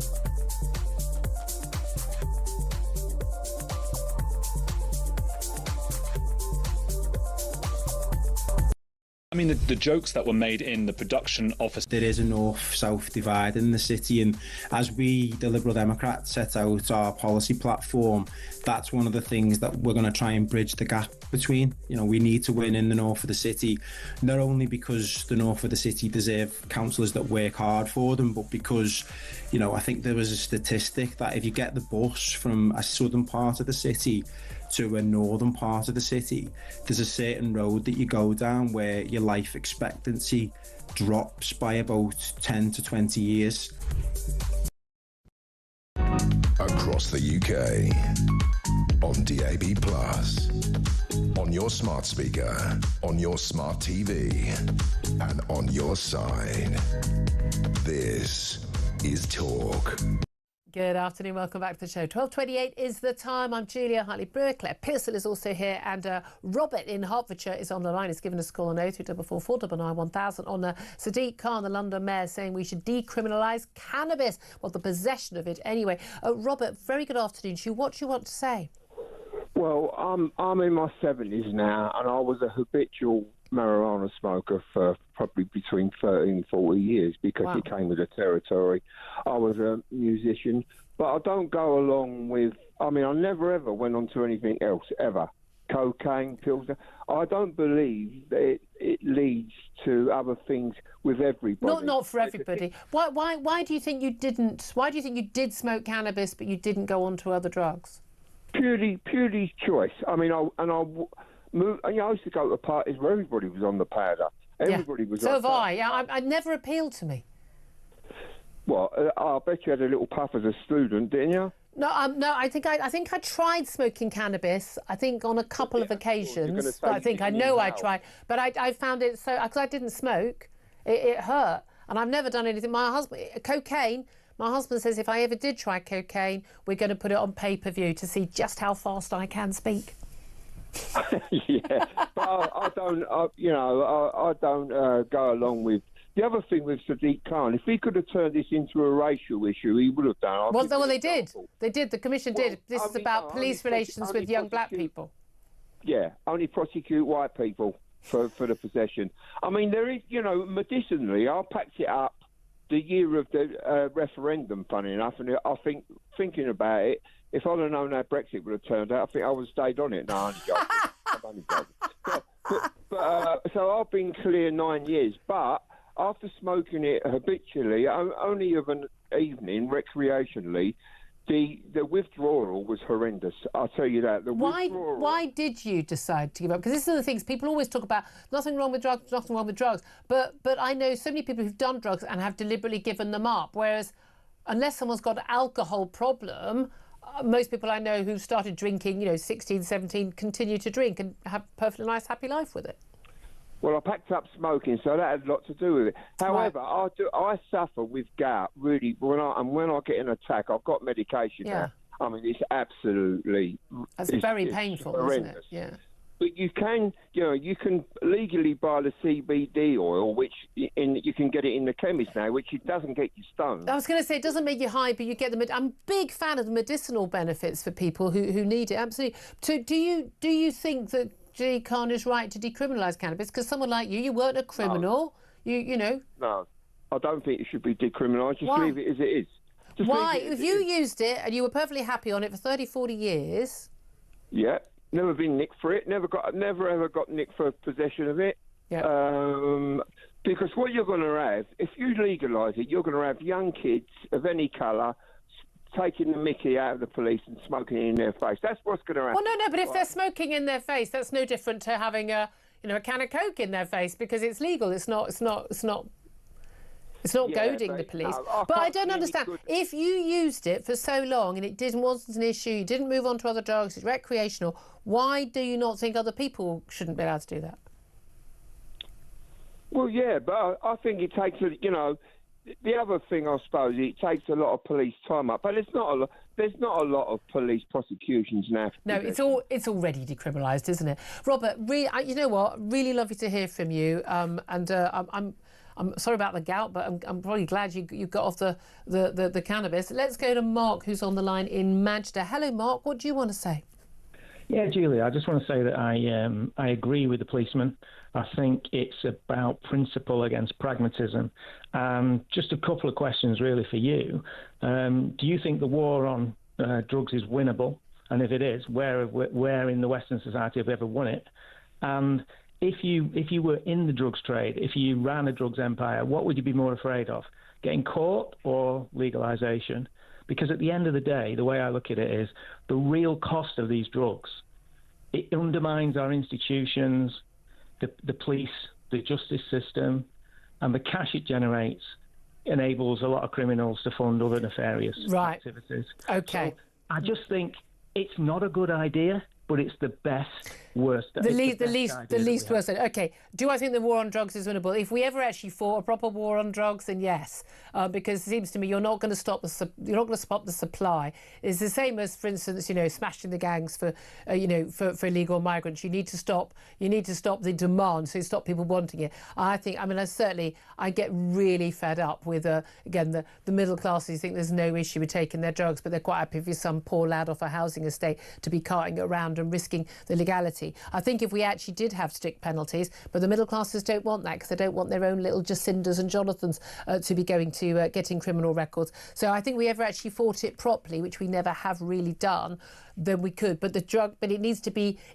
dealt with at the demand end. That's where you get it. You say that our drug dealers, our drug suppliers, are they more worried about getting caught than legalisation?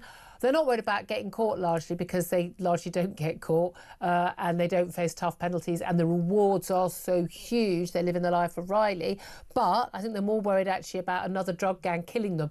But in terms of being worried about legalisation, do you seriously think that the people who are dealing the drugs and supplying the drugs right now wouldn't then just make money in the legal world, and also wouldn't want to target people who couldn't afford the drugs that are taxed and got VAT on it, and they'd be selling the cheaper drug to the people who couldn't afford those, and they'd also still be selling drugs to the under 18s who legally wouldn't be allowed to buy the legal drugs? I think there's still a market. They'll always find a way of making money.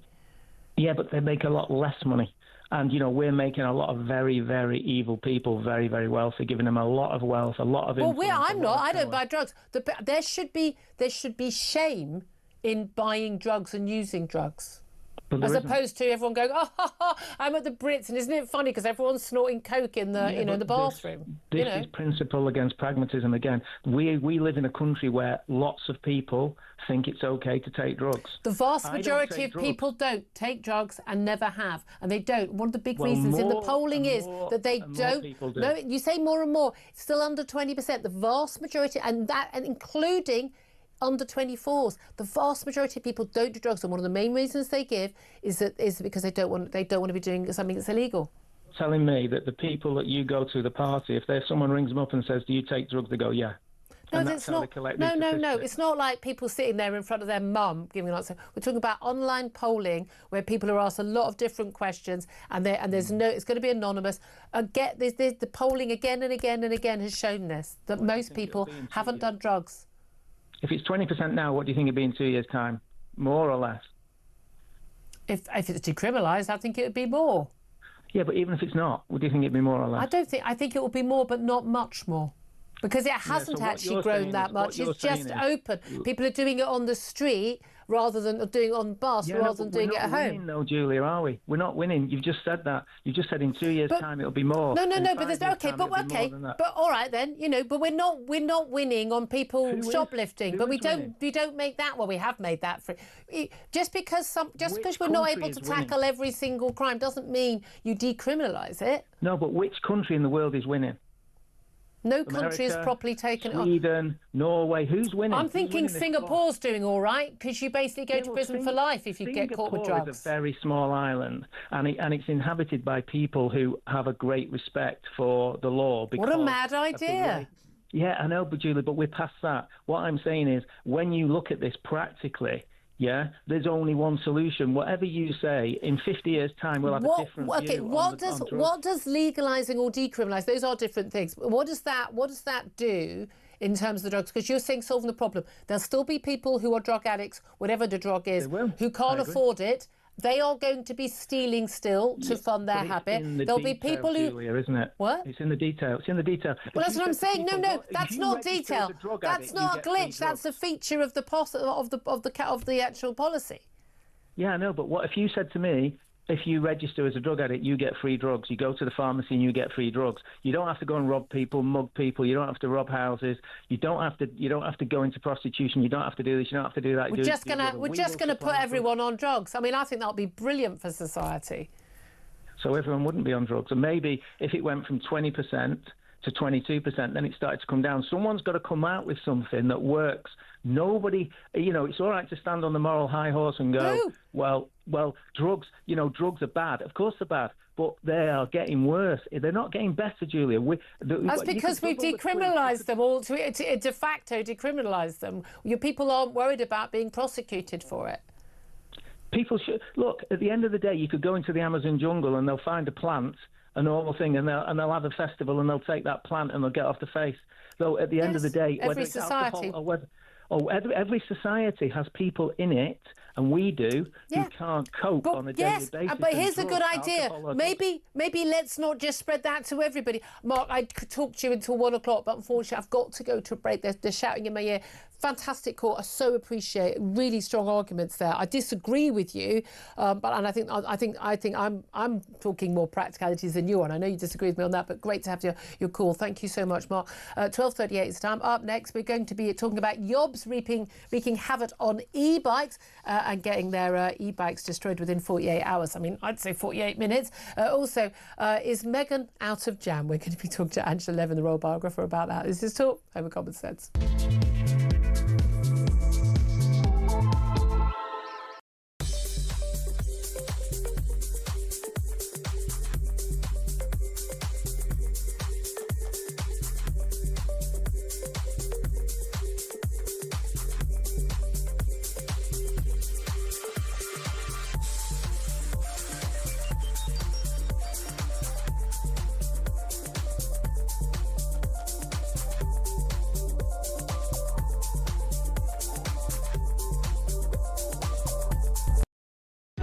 Across the UK, on DAB+, on your smart speaker, on your smart TV, and on your side. This is Talk. Good afternoon. 12:39 is the time. I'm Julia Hartley-Brewer. Claire Pearson is here. I'm going to give you the chance for a really quick reaction to that conversation with Mark, because it's very unfair. You're itching to have your say. It was quite amazing to have somebody of that opinion, because I think he's wrong. A lot of people agree with him. I know, and I think it's wrong. I think the more you decriminalise it, the more you legalise it, the worse the problem actually gets. Why not just stop people from carrying it, stop people from using it, make it a criminal offence, and then you look at drug problems, and then you look at treatment issues and all the rest of it. Just by decriminalising it, it isn't going to make it better. Claire told you she worked for Home Office, so no.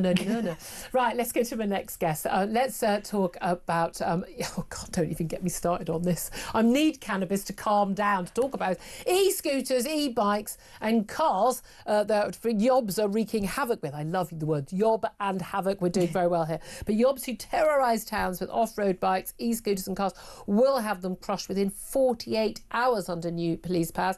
They want to reduce the time that police have to destroy thugs' vehicles from 2 weeks to 2 days, so they have less chance to retrieve them. Basically, there's a revolving door where lads have time to reclaim their bikes and cars, but carry on basically annoying their local areas. Let's talk to Sarah Gayton, who's Street Access Campaign Coordinator for the National Federation of the Blind UK. A very good afternoon to you, Sarah. Afternoon, Julia. Thank you for joining us. Now, I have to say, I mean, one of the big issues in our local area is people leaving their e-bikes. You've got the little parking areas for the e-bikes and the e-scooters, and then people just dump them on the pavement, in the middle of the pavement. They weigh an absolute ton. And I've got a friend who's blind, who lives, I know, walks along my street every single day, taking his kids to school and back. And I always move them out of the way, and other residents try to, but they are the bane of the local area. But that's just the ones that are parked, let alone the ones that are whizzing up and down the pavement. Oh, absolutely. The parked ones all left dumped over the pavements. We've got a member of the National Federation of the Blind. He's tripped over them 6 times. Absolute nightmare, and they are causing people injury. They're causing them obstructions and everything. So, we would even call for these regulated e-scooters and e-bikes. Well, the e-scooters to be taken away. The e-bikes locked and docked like the Santander ones. There's solutions out there for that. But these illegal ones, Julia, are absolute nightmare. They are terrifying speeds. We've had over the past 2 weeks 3 people killed, one in Bradford, one in Sunderland pensioners, and another pensioner in London that had been hit 6 weeks ago. Wow. There's an epidemic of people getting hurt, killed by these illegal e-bikes.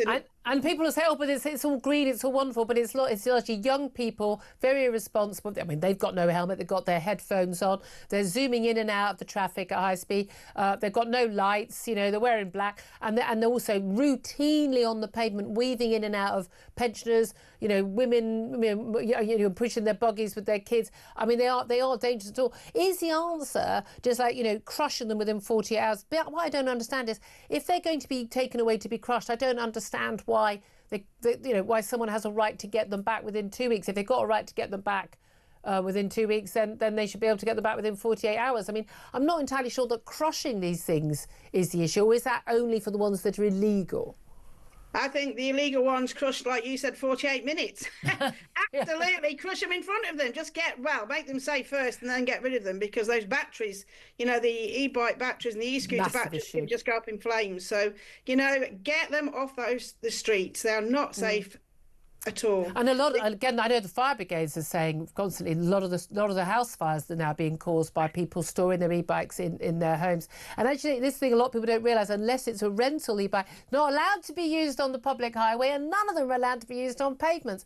I have to say, I see quite a lot of people who are frankly old enough and ugly enough to know better riding their scooters in that way. But this is the thing, so much of this is, it's not necessarily these particular youngsters, it's kind of a general breakdown of society, isn't it, about, I suppose, priorities and consideration for other people. I've always thought, walking on the street, you know, someone who is disabled or elderly clearly takes priority, and you should move out of their way with a smile, and make way for people with young children pushing a buggy, absolutely, you know, and then someone who's able-bodied like me. You know, I'm the one who should go into the road. Or it seems to me that so often just the general basic rules of civil society are just being ignored by a lot of people when it comes to dealing with people like people you're representing, particularly a disability like blindness, where you really do need people to be considerate.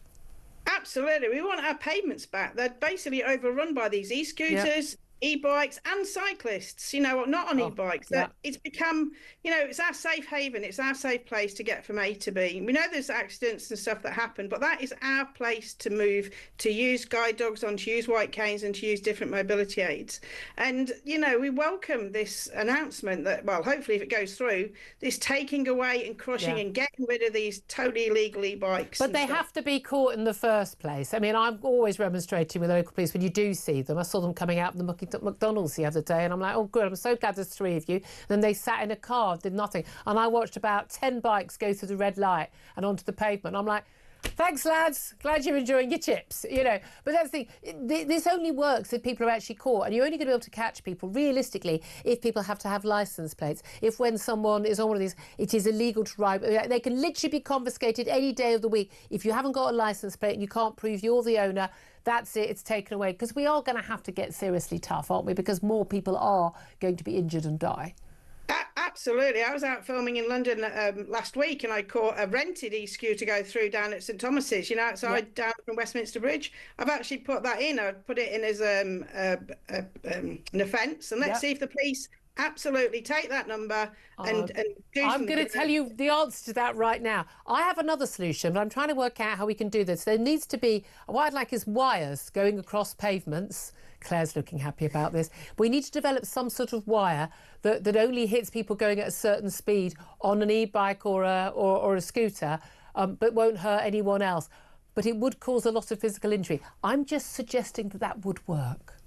Well, I think there should be an electronic tag or something that if you had to wire into the pavement, physically down, so it wouldn't hurt them, but actually automatically register that vehicle has gone on the pavement or through a red light. Absolutely. It's a no-brainer. Got to be licensed. They've got to be like. Also, here's the thing: make everyone. They have to wear a helmet. Same for cyclists. It would protect them, but also crucially, it would put a lot of them off, so they wouldn't be doing it. I just don't think we should run our entire world around 25-year-olds getting around quickly.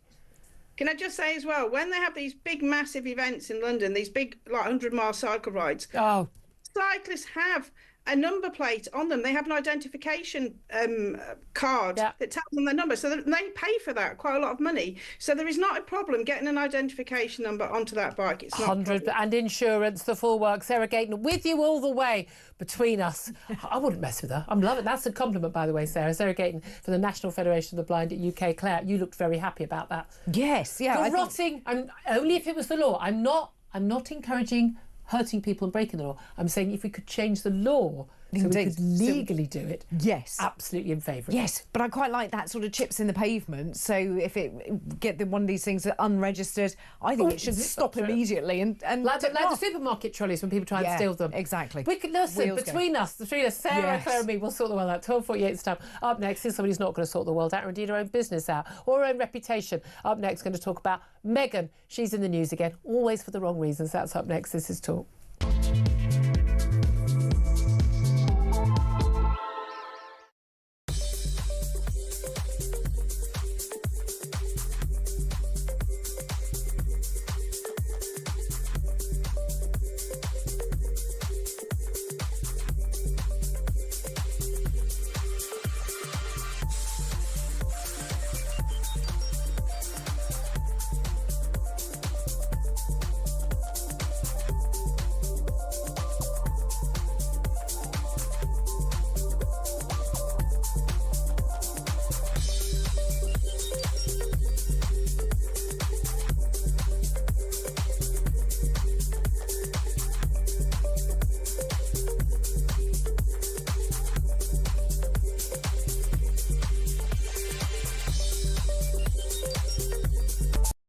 Is this a sign of something deeper and darker in the Macrons' very unusual Yeah, marriage? it's a good headline, it's a good question, but you were saying... It is. Sorry. If, and there is a big if, this is an assault, this is domestic violence. Domestic violence is a very, very serious matter, whether it is committed by a man upon a woman or a woman upon a man. Never stay in an abusive relationship.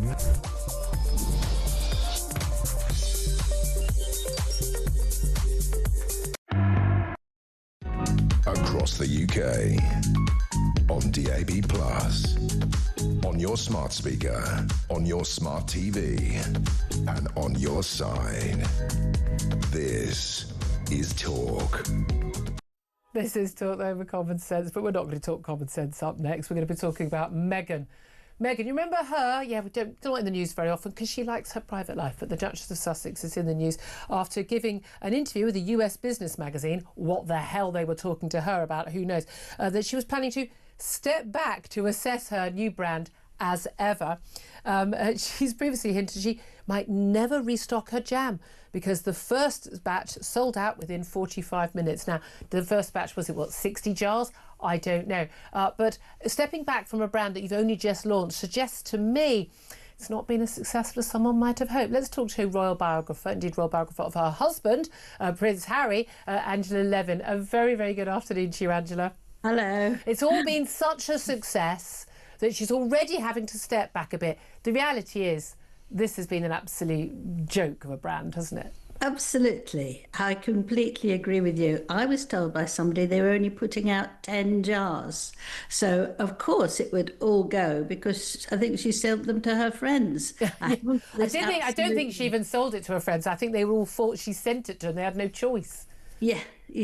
Well, whatever way it was. So it's been a disaster. And one of the disasters was the packing, which she spent day after day, so she said, poor thing, packing it up the right way in the right colour. And it's cost an absolute fortune. So the whole thing has been a disaster. They spent a year planning it because we were waiting for months and months and nothing.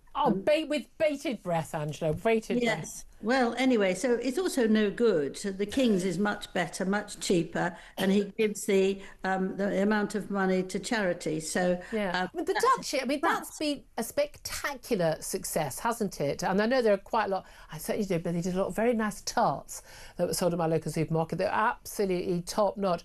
But there was some talk that she apparently was the view.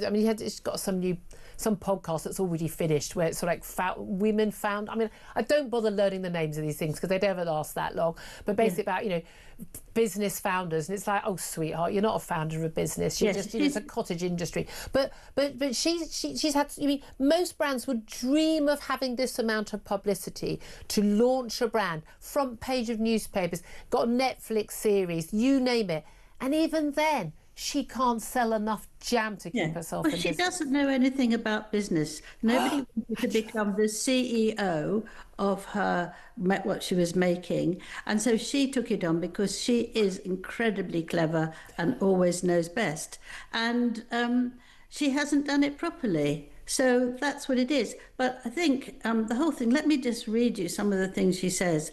You know, Do you have to? She wants to step back and gather a date from the launch and work out exactly what as ever could be, right? But the other thing is that no one offered to give her some money. No one offered to share it or buy part of it because they didn't think it was any good. So that's why they're not doing it. They didn't want to be associated with the brand. She said, but didn't she reckon that she, you know, apparently friends are saying, she expected to, you know, wants to become a billionaire. She wants to make serious money and, you know, and be this successful entrepreneur. But everything she touches, I mean, whether it's, you know, the podcast, whether it's the Netflix contract, the children's books, didn't she write at some point? None of it is that's terrible. That if you saw that book, no sentence made proper sense. It was absolutely appalling, and it was about 2 sentences on each page. Let me read you the next thing. Okay. However, she might really move on and explore the category of fashion on a later date. God. I think it is an interesting place for me. If I had to write a resume of myself, I don't know what to call myself. I think it speaks to this chapter many of us find ourselves in, where none of us are one note, but I believe the notes I'm playing are part of the same song. I mean, my God, this is genuinely, if this person came to my home, I would show them the door. I'd say, seriously, I can't have anyone this irritating and annoying. I mean, why doesn't she just... The thing is, I reckon she's looked like the Gwyneth Paltrows, and he was selling what... was it? I mean, she actually sold candles scented like her vagina. I mean, for God's sake, the woman has made fortune. Not that she needed to, she is a multimillionaire, but she's made an absolute fortune doing this lifestyle brand and everything. And obviously Meghan thought she could do that. Yeah, but you wait. Meghan is trying to get closer to her, and she's actually... Good luck, Gwynnie. Run, Gwynnie, run. They're close. They lived close, and I think it'll be the most wonderful row that will blow up. Well, also because Meghan doesn't really keep friends. Let's talk about the relationship. Look, she's been putting out a lot more pictures of the kids, but again, they're always sort of from behind, or in a beekeeper's suit and things like that.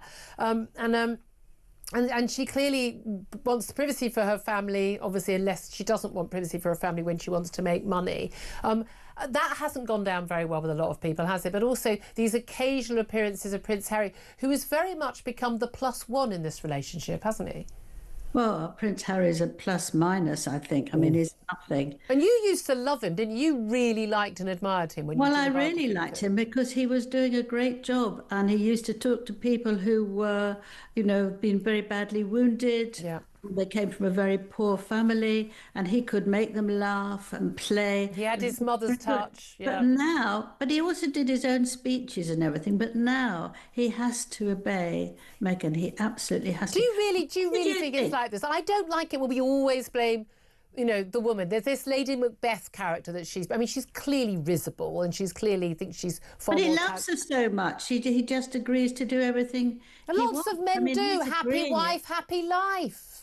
No, he's not happy, though. If you look at him, you can see that. But I would like to ask you, what do you think of her taking her little 3-year-old to look at the bees? She wore a sort of the sort of mock. The beekeeper's outfit, yeah. But I don't know. I was with friends at the weekend, and I'm not even, they didn't even force it on me. I asked for it. They had their first big batch of bees. They're keeping bees. Literally completely average home, you know, in London. And they've been keeping the bees, got their honey, absolutely lovely. But I'm not aware they've got any of the beekeeper outfits. Yes, but usually she would have somebody there to protect them. Harry wasn't there, he was in China, and there was no sort of expert there. So you don't need an expert to go and get your honey from your bees. Well, I think, she was all dressed up with covering, and actually, if you want to open it up and the bees go mad because they're angry, you could really be in a very... Do you know what? On that, I'm defending Meghan. Why? This is what you've done to me, Angela. Angela, great fun. Always so good to talk to you. Thank you so much, Angela Levin Boyle, biographer. Claire, genuinely, over the years, talking with Angela, who knows her stuff, she's not one of those people who pretends, I once read a magazine about the royals. She literally has met them, serious biographies about Prince Harry and indeed the King, the Queen now, Camilla. But watching the sort of descent of Harry is quite a sad thing to watch, isn't it? But Meghan is so desperate to be somebody. Well, she's so desperate to be relevant, but sadly doesn't have the ability to do so. The fashion move, though, God, I'd love to dress as well as her. She dresses amazingly. The sound you just heard, by the way, was Ian Collins. It sounded like someone farting. It wasn't. It was Ian Collins guffawing. No, can we all... we can slag her off for a lot of things. Such a girly conversation, isn't it? Megan, she dresses exquisitely. But she dresses in beige, and that's it. I'm sure I got No, you've got orange as well. But you've got sparkles on. Ian, let's get the definitive male decision on this. On Meghan Markle? Yeah, I think there is. Come on, you would. I think. Stop it. I think Harry maybe. I think they're clearly a well-groomed couple. There's no criticism. Well, he needs to sort out the old. High Barnet. The top of the head. You've got to get down to... Pick a side, mate. Not dignitas. What's the place that's when they kill you? Get the hair follicles. Where they do your hair. Get the hair follicles done or shave it off. Pick a side. One of the two. One of the two. There's a lot of stories about crime. Why are we talking about these things? I don't know. Harry's hair. It's my producer Ted's fault. He put it on the list. Tesco are going to